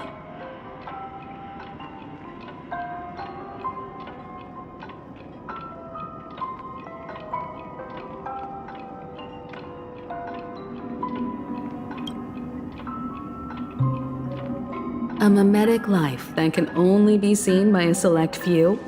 It's just like a hidden message left by someone for the nameless. But Misha can see Clocky too, right? They even grew up together. But Misha hasn't started the way of the Trailblaze yet. That's the key to the mystery, March. Now take a moment to recall. Have you ever seen anyone outside of the crew interact with Misha? Wait.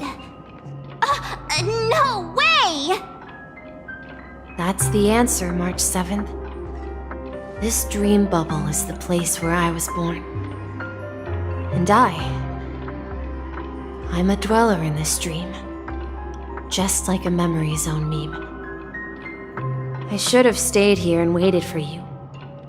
But when reality and memories merged, I unconsciously pushed open that door and left the bubble with Clocky. So it's not that the Watchmaker's dream bubble is empty, but rather the stuff inside ran away? And the whistle you heard was the sound of the Express arriving at Penacony? That's one way to see it, but I believe there's a longer story behind all this. It's best for Misha himself to explain all the details. How about we start with your name? Now, should we call you Misha, or...? Thank you all for helping me rediscover my true self. Now, please allow me to reintroduce myself. I was born on Lushaka, in the Presmere system, adopted by seafarers Mikhail and Char. They gave me a treasure, a name that carried their hopes. Mikhail Char Legwork, or simply Misha. If you prefer, you can call me by a more familiar name, the Watchmaker. So, you're the Watchmaker himself? Unfortunately, that legendary figure is no more. I am only a reflection of his life. As for the child who has been with you, he's the innocent protagonist of Misha's childhood dream. A friend of Clocky. a young apprentice, and a future mechanic on the Express. And this also marks the beginning of his journey, devoted to the Trailblaze. At the end of the journey, I left this little flame, which I so cherished, in my deepest dreams, hoping to pass it on to the nameless of future generations. However, he somehow left the dream bubble and forgot all about his task. I apologize for all the confusion this caused. Because he was born with a desire to trailblaze, wasn't he? I don't think Misha has forgotten his role as a guide. He remembered it, and that's why he mistakenly appeared as a hotel doorman in his dream from the very beginning. The one who brought our unconscious friend here must have been Misha. If that's the case, we encountered the Watchmaker's legacy from the beginning, didn't we? Well, I have a sarcastic friend who says I always take big detours and end up back where I started. Perhaps that's what every nameless has to go through. But in the end, you found me. I'm sure you're all wondering what my legacy is. I believe my hound has mentioned the Stellaron and my wealth. If I may apologize, the Stellaron part is real. As for my wealth, however, it's nothing more than a baseless rumor. I left my homeland as a child and embarked on the journey of Trailblaze. I traveled to various planets until finally reaching Esdana, where my friends and I built the original Penacony and fought for its future ever since. I've been moving forward all my life, doing what I could to overcome the obstacles in my path. But ultimately, my journey reached its end, and I left behind no possessions worth entrusting. So, if you ask what's left within this worn-out train engine that can be called a legacy, I suppose it's the things that are still burning in the engine's furnace. Now that you're well aware of the current situation of Penacony, I certainly hope that you'll help me get this world back on track. But I'll leave that decision to you, for the path of Trailblaze is never paved by others. All I have for you is a story and 2 gifts. I want to give you my pocket watch. It has accompanied me throughout my long journey, guiding that naive child forward, and has been blessed with the presence of so many great people up to this day. And my hat, too. The one who navigated for me placed it on my head and planted a fanciful thought in my mind. The trailblazing expedition will never end. Now, it's time for you to make your choice. Once you've made up your mind, open that door and enter the long dream of an old man. I'll be waiting for you at the end of this corridor of time. All right, everyone, let's make a decision. Although I don't think anyone will have any objections.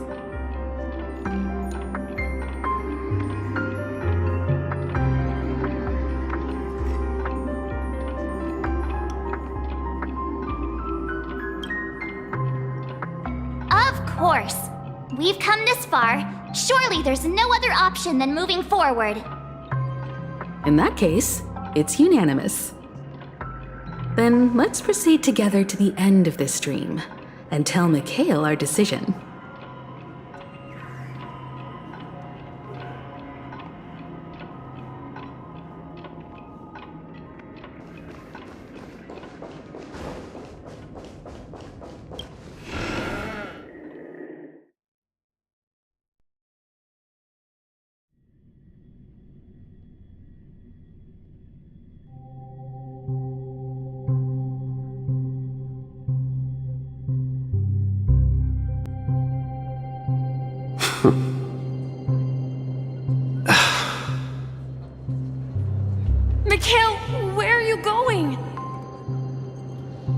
Someone has to step up and save Lushaka. So why can't it be me, Misha? Please don't go. And if you must, please take me with you. Don't leave me alone. Even without me, you know how to proceed forward, brave Captain Misha. The compass is waiting for you. Haven't you always wanted to be a better adventurer than me? Now go, board that train and start your journey. Where are you going, Mikhail? I'm going to clean the floor in the parlor car. I've promised the conductor. Wait, first tell me, did you fix this watch? Yeah? I know what it looked like before. Its chain was broken, the back case torn, and the marks on the dial all worn out. How did you manage to fix it? Well, it's hard to explain, but I knew it could be fixed. It's the hands, Mr. Amundsen. Its hands were intact and pointing in the right direction, so I knew there would be a way to fix the rest.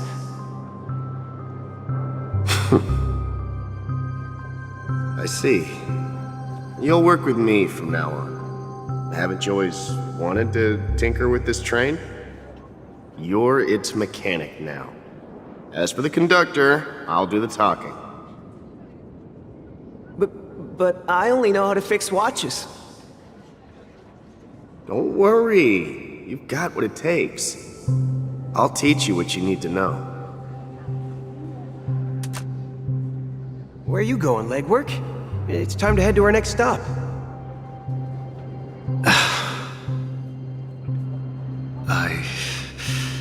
I'm staying in Astana with Rosalina and Tiernan. I see. This place reminds you of home. The people of Astana have only achieved a tiny victory and still have a long way to go towards true freedom. Hanunu needs us. Don't worry, not all journeys lead to the stars. Even if I leave the Express, our path of trailblaze will continue. Yeah. I knew you wouldn't stay on the Express forever. Leave in peace, my friend. And, take this with you. This is Mr. Amundsen's hat. But why? When he departed, he said he would leave it to his best student. Well, I suppose the time has come. Farewell, legwork. Take care of Tiernan and Rosalina. And don't forget to write to us.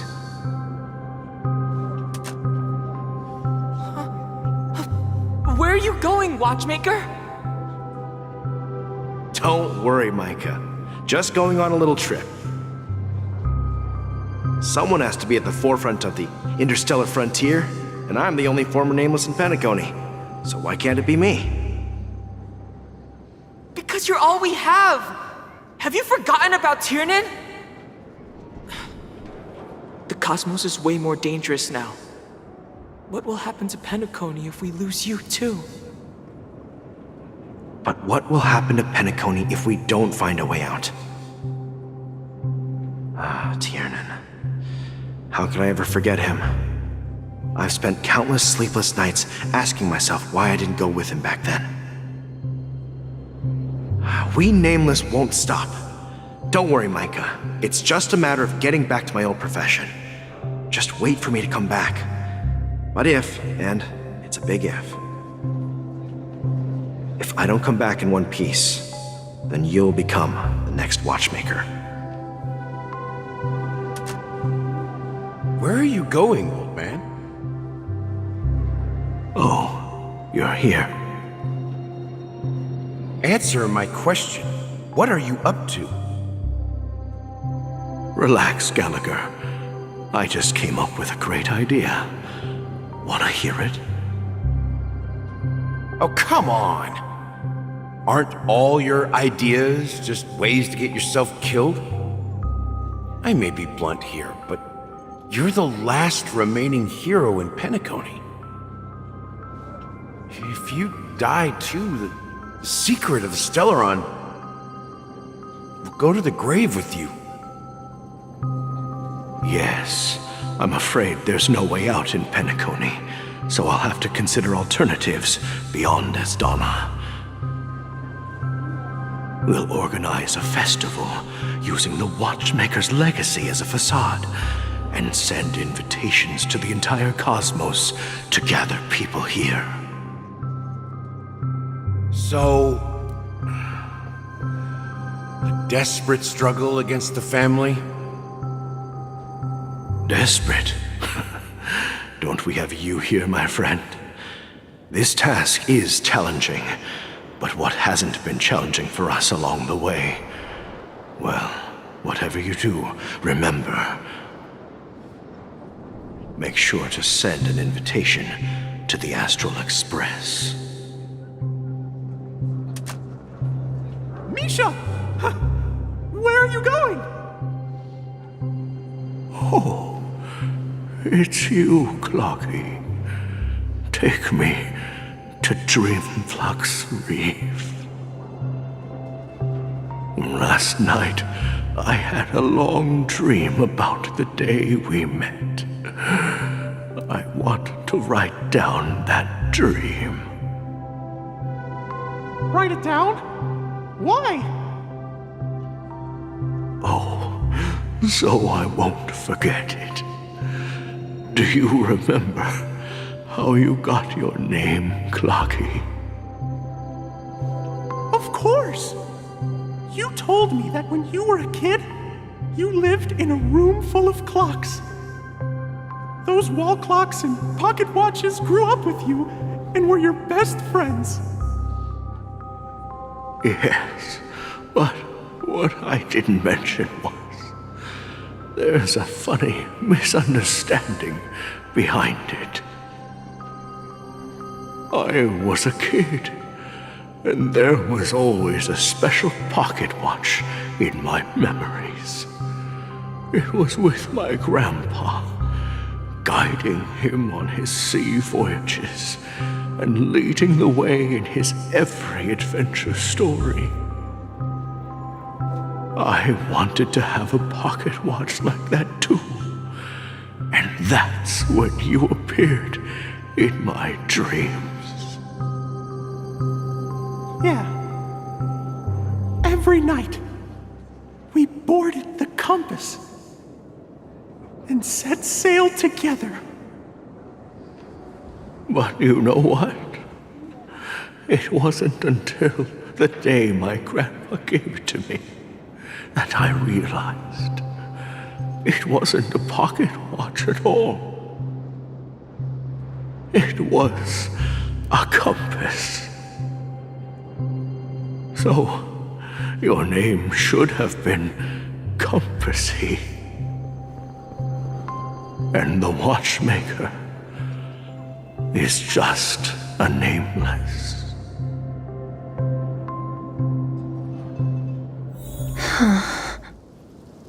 We've arrived at Dreamflux Reef.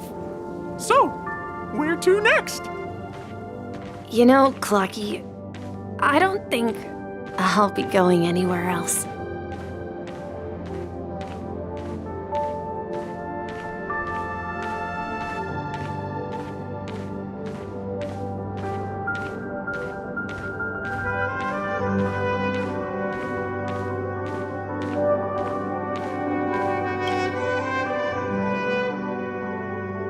I've traveled far enough.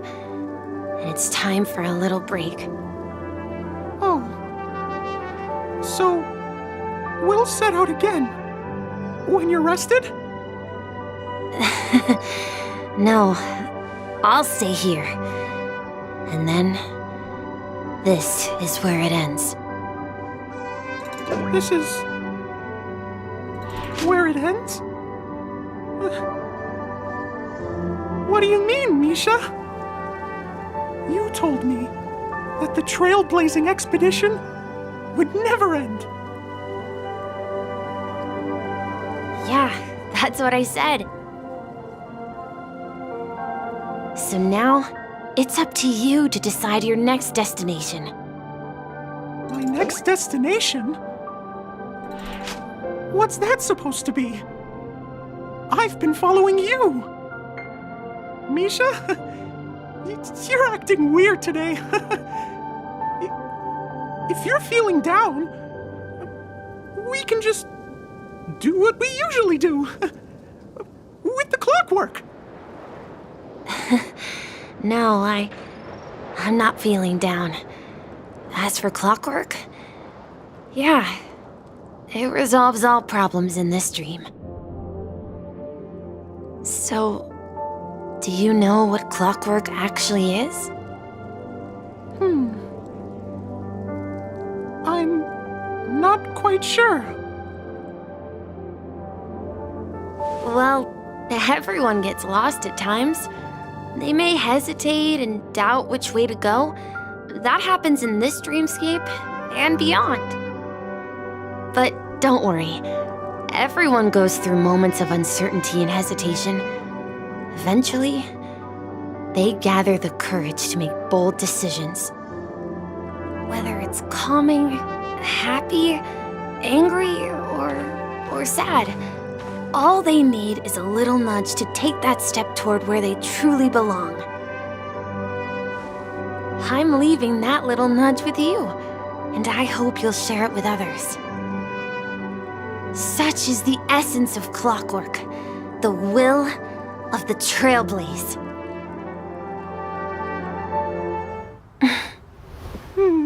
Clocky's hands spin around non-stop, indicating confusion, frustration, and weakness.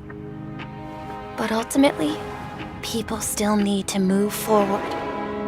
Just like your hands, always pointing ahead.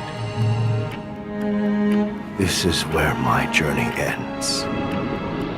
From now on, it is your path to walk. Trailblazing means taking paths your predecessors forswore, and venturing even further. The Penacony in Mikhail's dreams does not belong to order.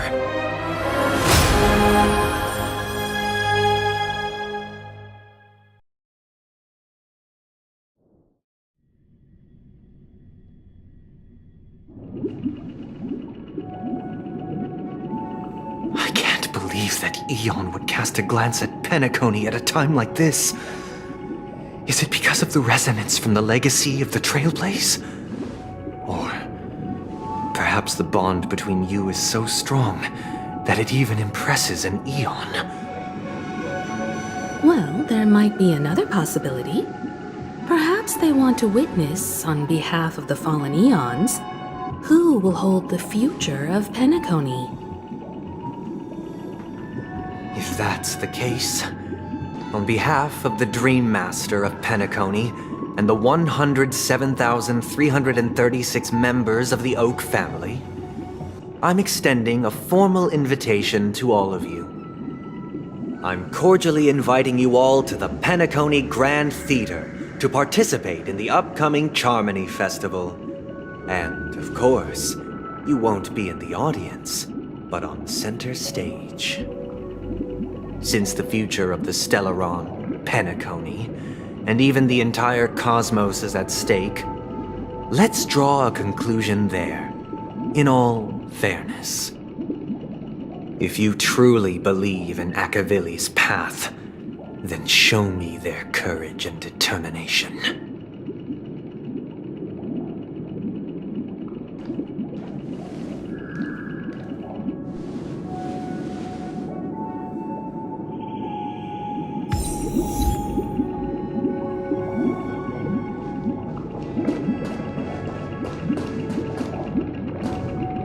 Does that mean he wants to fight us during the Charmony Festival?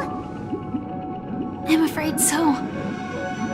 This is weird. Aren't Arc villains usually plotting some dirty conspiracy in the end? But he actually said something like, "in all fairness." Could it be that he's underestimating us? Well, in my opinion, Sunday is deeply committed to his own philosophy and genuinely wants to prove that the Order is right. I sensed a strong conviction and a desire for dominance in him. Maybe he won't accept the outcome unless he wins fair and square. That's why he'll give it his all in the upcoming battle.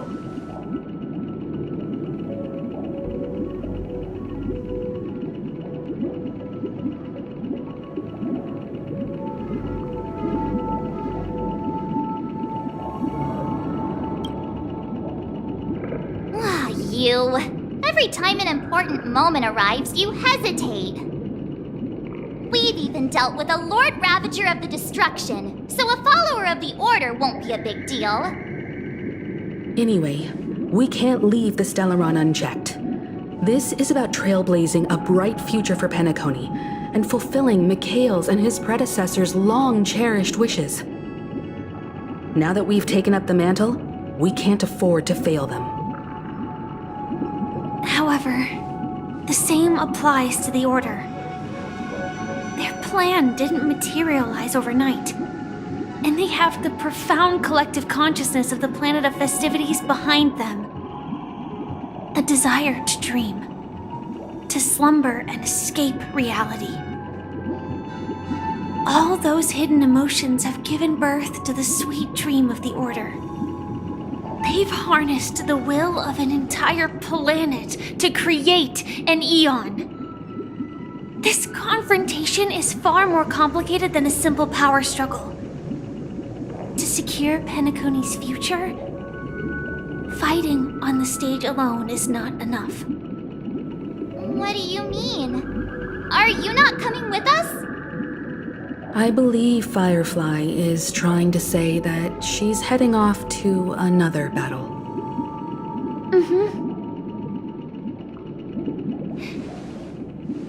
Before I left, the Destiny Slave told me that this journey would bring unforgettable rewards.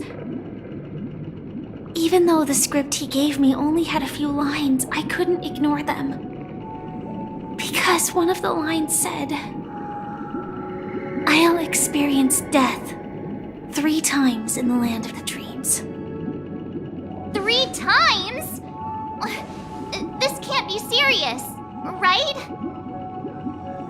The first time was a painful death when I was stabbed by the Blade of Dormancy, which led to all subsequent events. The script will always come true, but in a way that will only be revealed when that page is turned. So now I've understood the meaning of my second death. And I am prepared to face it.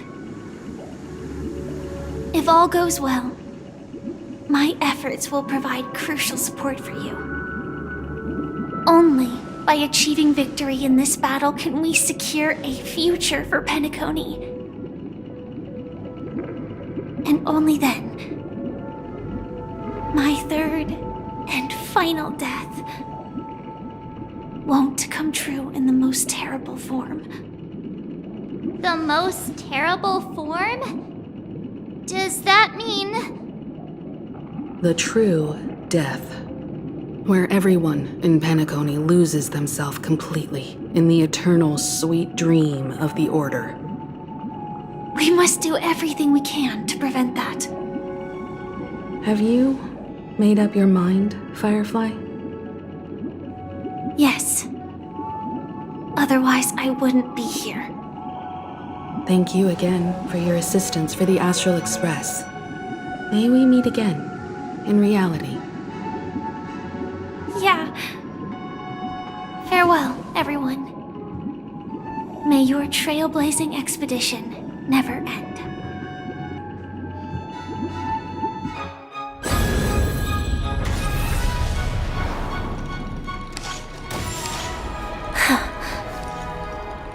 I dreamed of a scorched earth. Everyone, are you ready? A new shoot sprouted from the earth. It bloomed in the morning sun, and whispered to me.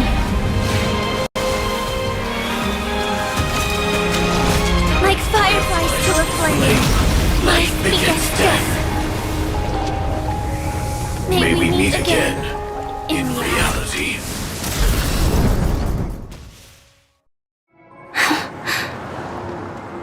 After today, Japella's name will disappear from cosmic history, and the Everflame Mansion will take its place. In the not-too-distant future, you'll receive an invitation. That's your next stop. Land of the Dreams. Penacony. I hope you find whatever you seek there. Be it answers or salvation. You mean my 3 deaths? Silverwolf told me about it. It's such a shame that it's not part of my script. While I want to live, I'm never afraid of death. The opposite of death is eternal life, and that's something I'll never desire.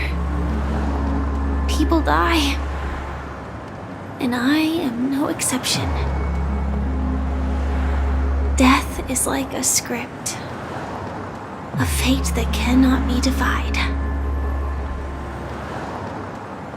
But that's exactly why we have to choose where we want to rest forever. Do you exist just to perish? Are you not the same, Blade?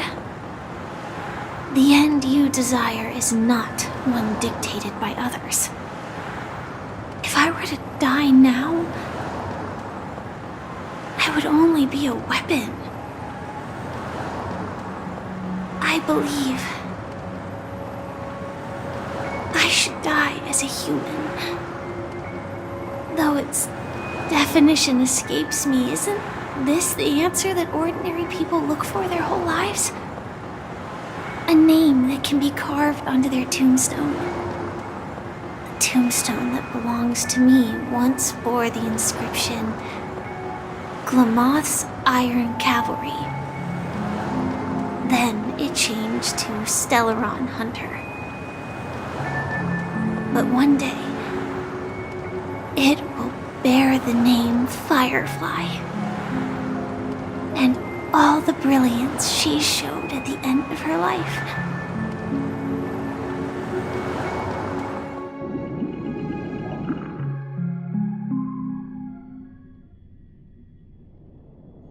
That's quite unexpected, old man.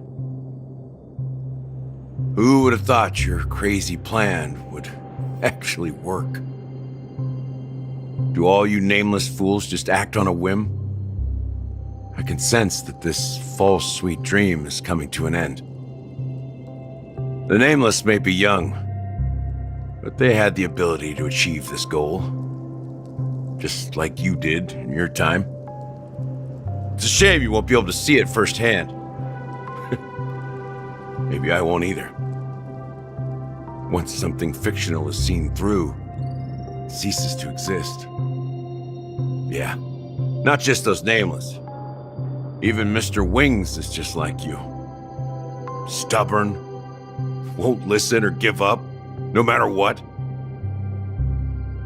Well, fate is unpredictable, I guess. If we weren't bound by those cursed paths, maybe we could have had some good talks. But in the end, we managed to do it. Now we can find solace. Remember how those idiots cursed us? They said, "Go to hell, you worthless traitors." Well, I don't know if they really meant it, but if longing for freedom means going to hell, then I'll be joining you soon, you fool. Let's get together and have supper again in hell. Oh, I almost forgot. There's one more thing. Here's to you. A glass of hello and goodbye, Trailblazer. to the imperfect tomorrow.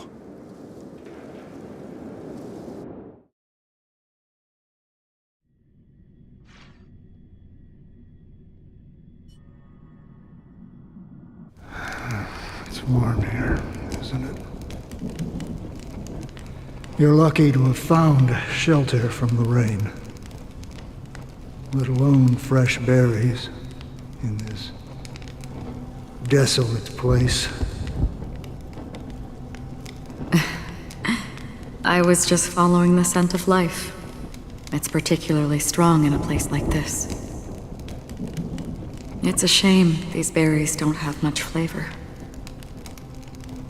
Seriously?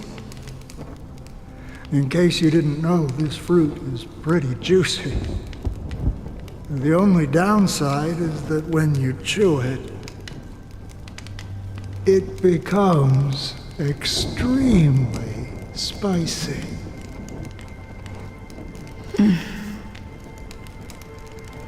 Have you lost your sense of taste? I can still taste certain things, like a faint sweetness. Before coming here, I stopped by a place called Orkron. It had barren cliffs and nights lit by bonfires. Burgundy snow would fall from the sky, and when it landed on my tongue, it tasted like raspberries. The flavor wasn't exactly sweet, but it left a lasting impression. When I think back on my past, I realize that what's tying everything together isn't the big events, but rather these small yet unforgettable moments. Don't worry about it. Losing oneself is a reality that every self-annihilator must face. At least I haven't completely lost my senses and memories yet. Well, congratulations on adding another footnote to your journey. By the way, are you always alone? No, I had a companion in Orkron. She's a short, nameless girl who aspired to explore IX. She always said she'd walk a path deeper and farther than Akavilis. Quite an ambition for such a small girl.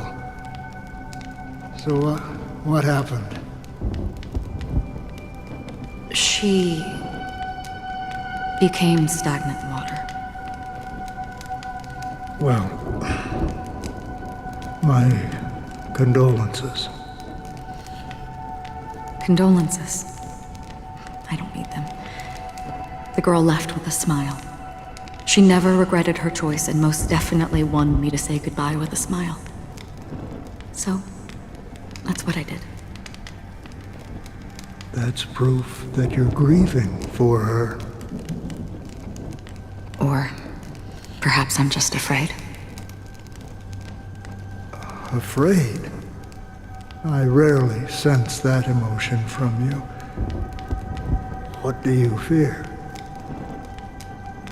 I'm afraid I'll forget the 30 days I spent with her, just like all the other days in my life.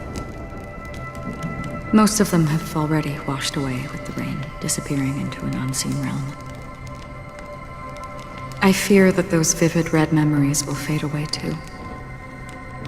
There isn't much color left, and besides this faint, warm red, there's almost nothing. Hard to imagine. A ranger accustomed to bloodshed, destruction, and chaos finding warmth in the red color. Because I have experienced this warmth many times. Long ago, I promised someone that I'd bring it to more people. And that for every remaining moment of my life, I'd strive for a better ending for all. As long as this red color still lingers, I have a chance to fulfill that promise. It represents a burning fire, a blooming flower, the berries in this cave, and life itself, fleeting yet still dazzling. In the end, it will lead me beyond the horizon of existence. And on the other side, I will cut off nihility. The one blessed by the sleeping and shapeless is considering how to kill them. That's truly pure nihility. But you're right about one thing. After spending so much time near this stagnant water, only when I look at this vibrant red fire do I realize that I'm still alive. When will this rain ever stop? Perhaps when the sorrows of the departed have finally quieted down, the sky will clear up.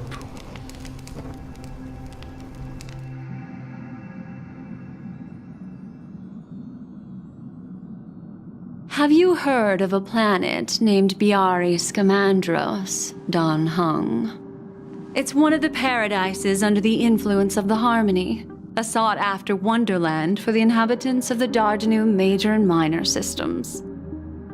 Half an Amber era ago, the family held an unprecedented festival there. And after that, everyone on the planet became part of the family. Do you think the same thing will happen on Penacony?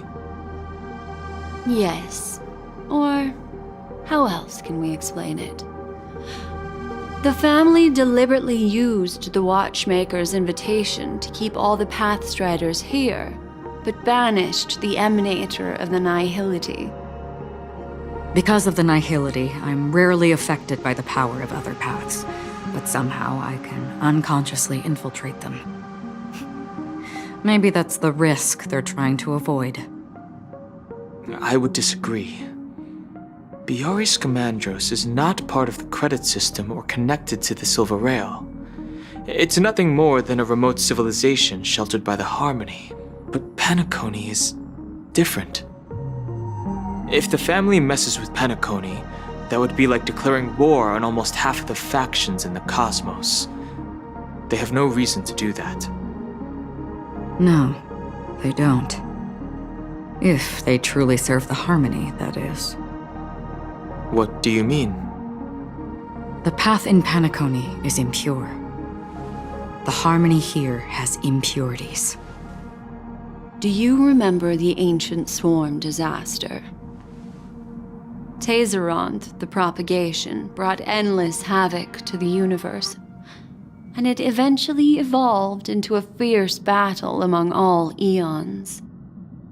2 paths lost their eons in that war, the propagation and the order. Coincidentally, their downfall is related to a certain eon. Shipe, the Harmony.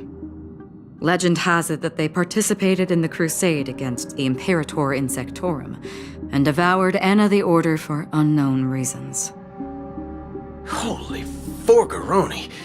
So you're saying that the 2 leaderless paths are working behind the scenes? But I don't see any descendants of the propagation in Penacony. Could it be that the remnants of Beyond the Sky Choir are hiding within the family, trying to resurrect a fallen eon? I can't say for sure, but they're definitely planning something for the Charmony Festival. This is getting way too complicated. Is this why you want us to leave Astana right away? Are you giving up? The Charmony Festival will start soon. There's one thing that I need to confirm no matter what. A warp jump is the best way to do so.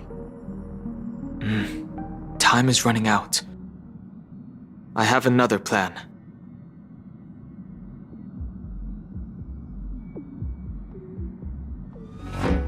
Hold on. Are you thinking of using the Jade Abacus of Allying Oath? Exactly. The the assistance from the lawful Cloud Knights would be enough. Think it over carefully. You can only use that once in your lifetime. I have considered it thoroughly. My companions are... they're also once-in-a-lifetime treasures.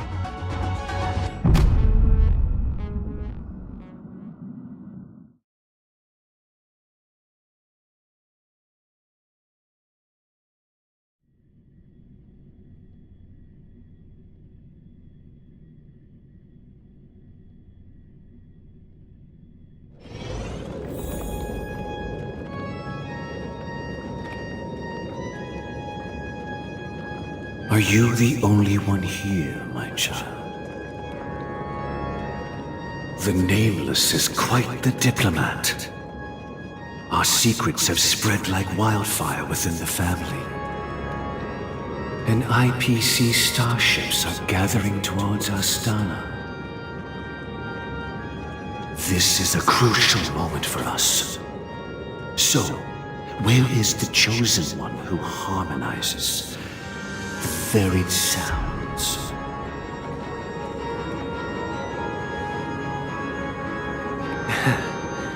What do you mean, Master? I'm right here in front of you, aren't I? You know, she was supposed to be the star of the Charmony Festival in our plan. But the plan has changed. As her brother, I know she doesn't want to sing for the Order. So I'll take her place. You've always been wise beyond your years. I'm sure you understand the consequences of your choice. If you consider this a betrayal, well, there can't be two suns in the sky. I'll step up and take down the other sun if necessary. Do you believe in karma? If karma exists, then everyone has their own karma. You have yours, and I have mine. And my karma has nothing to do with you, Mr. Gopherwood.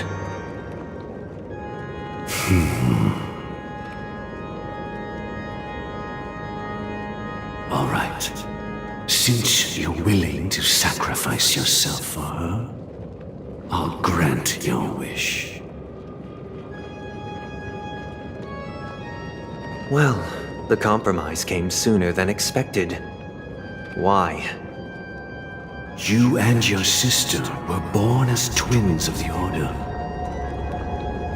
And one of you is destined to follow this path to the end.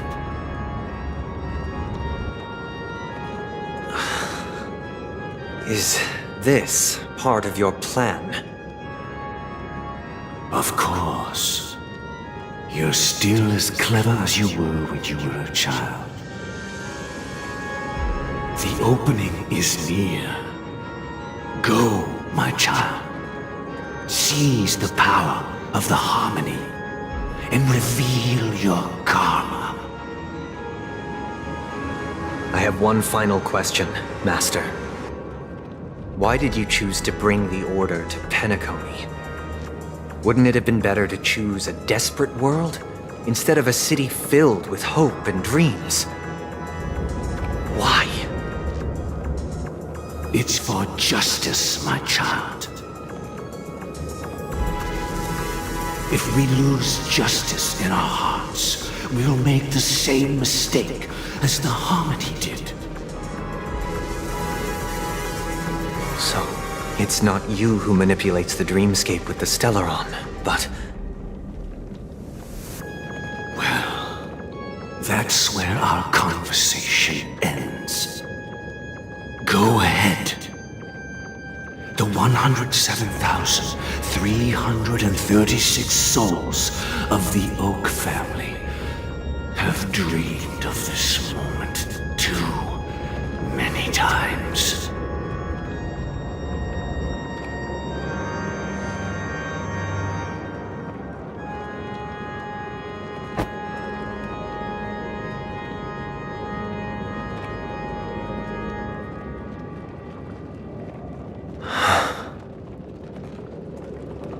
I shall ascend to the heavens, becoming the scorching sun. Bathed in my light, my people shall flourish, while all evil shall be eradicated.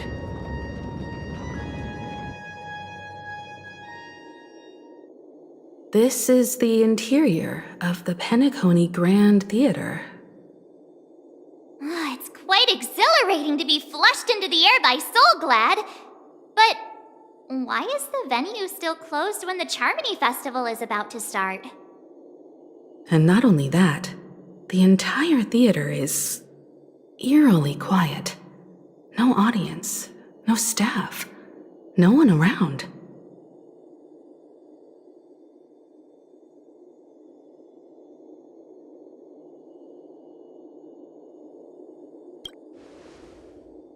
Yeah, I wonder how many tickets...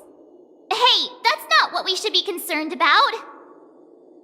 Let's explore around. Be careful, everyone.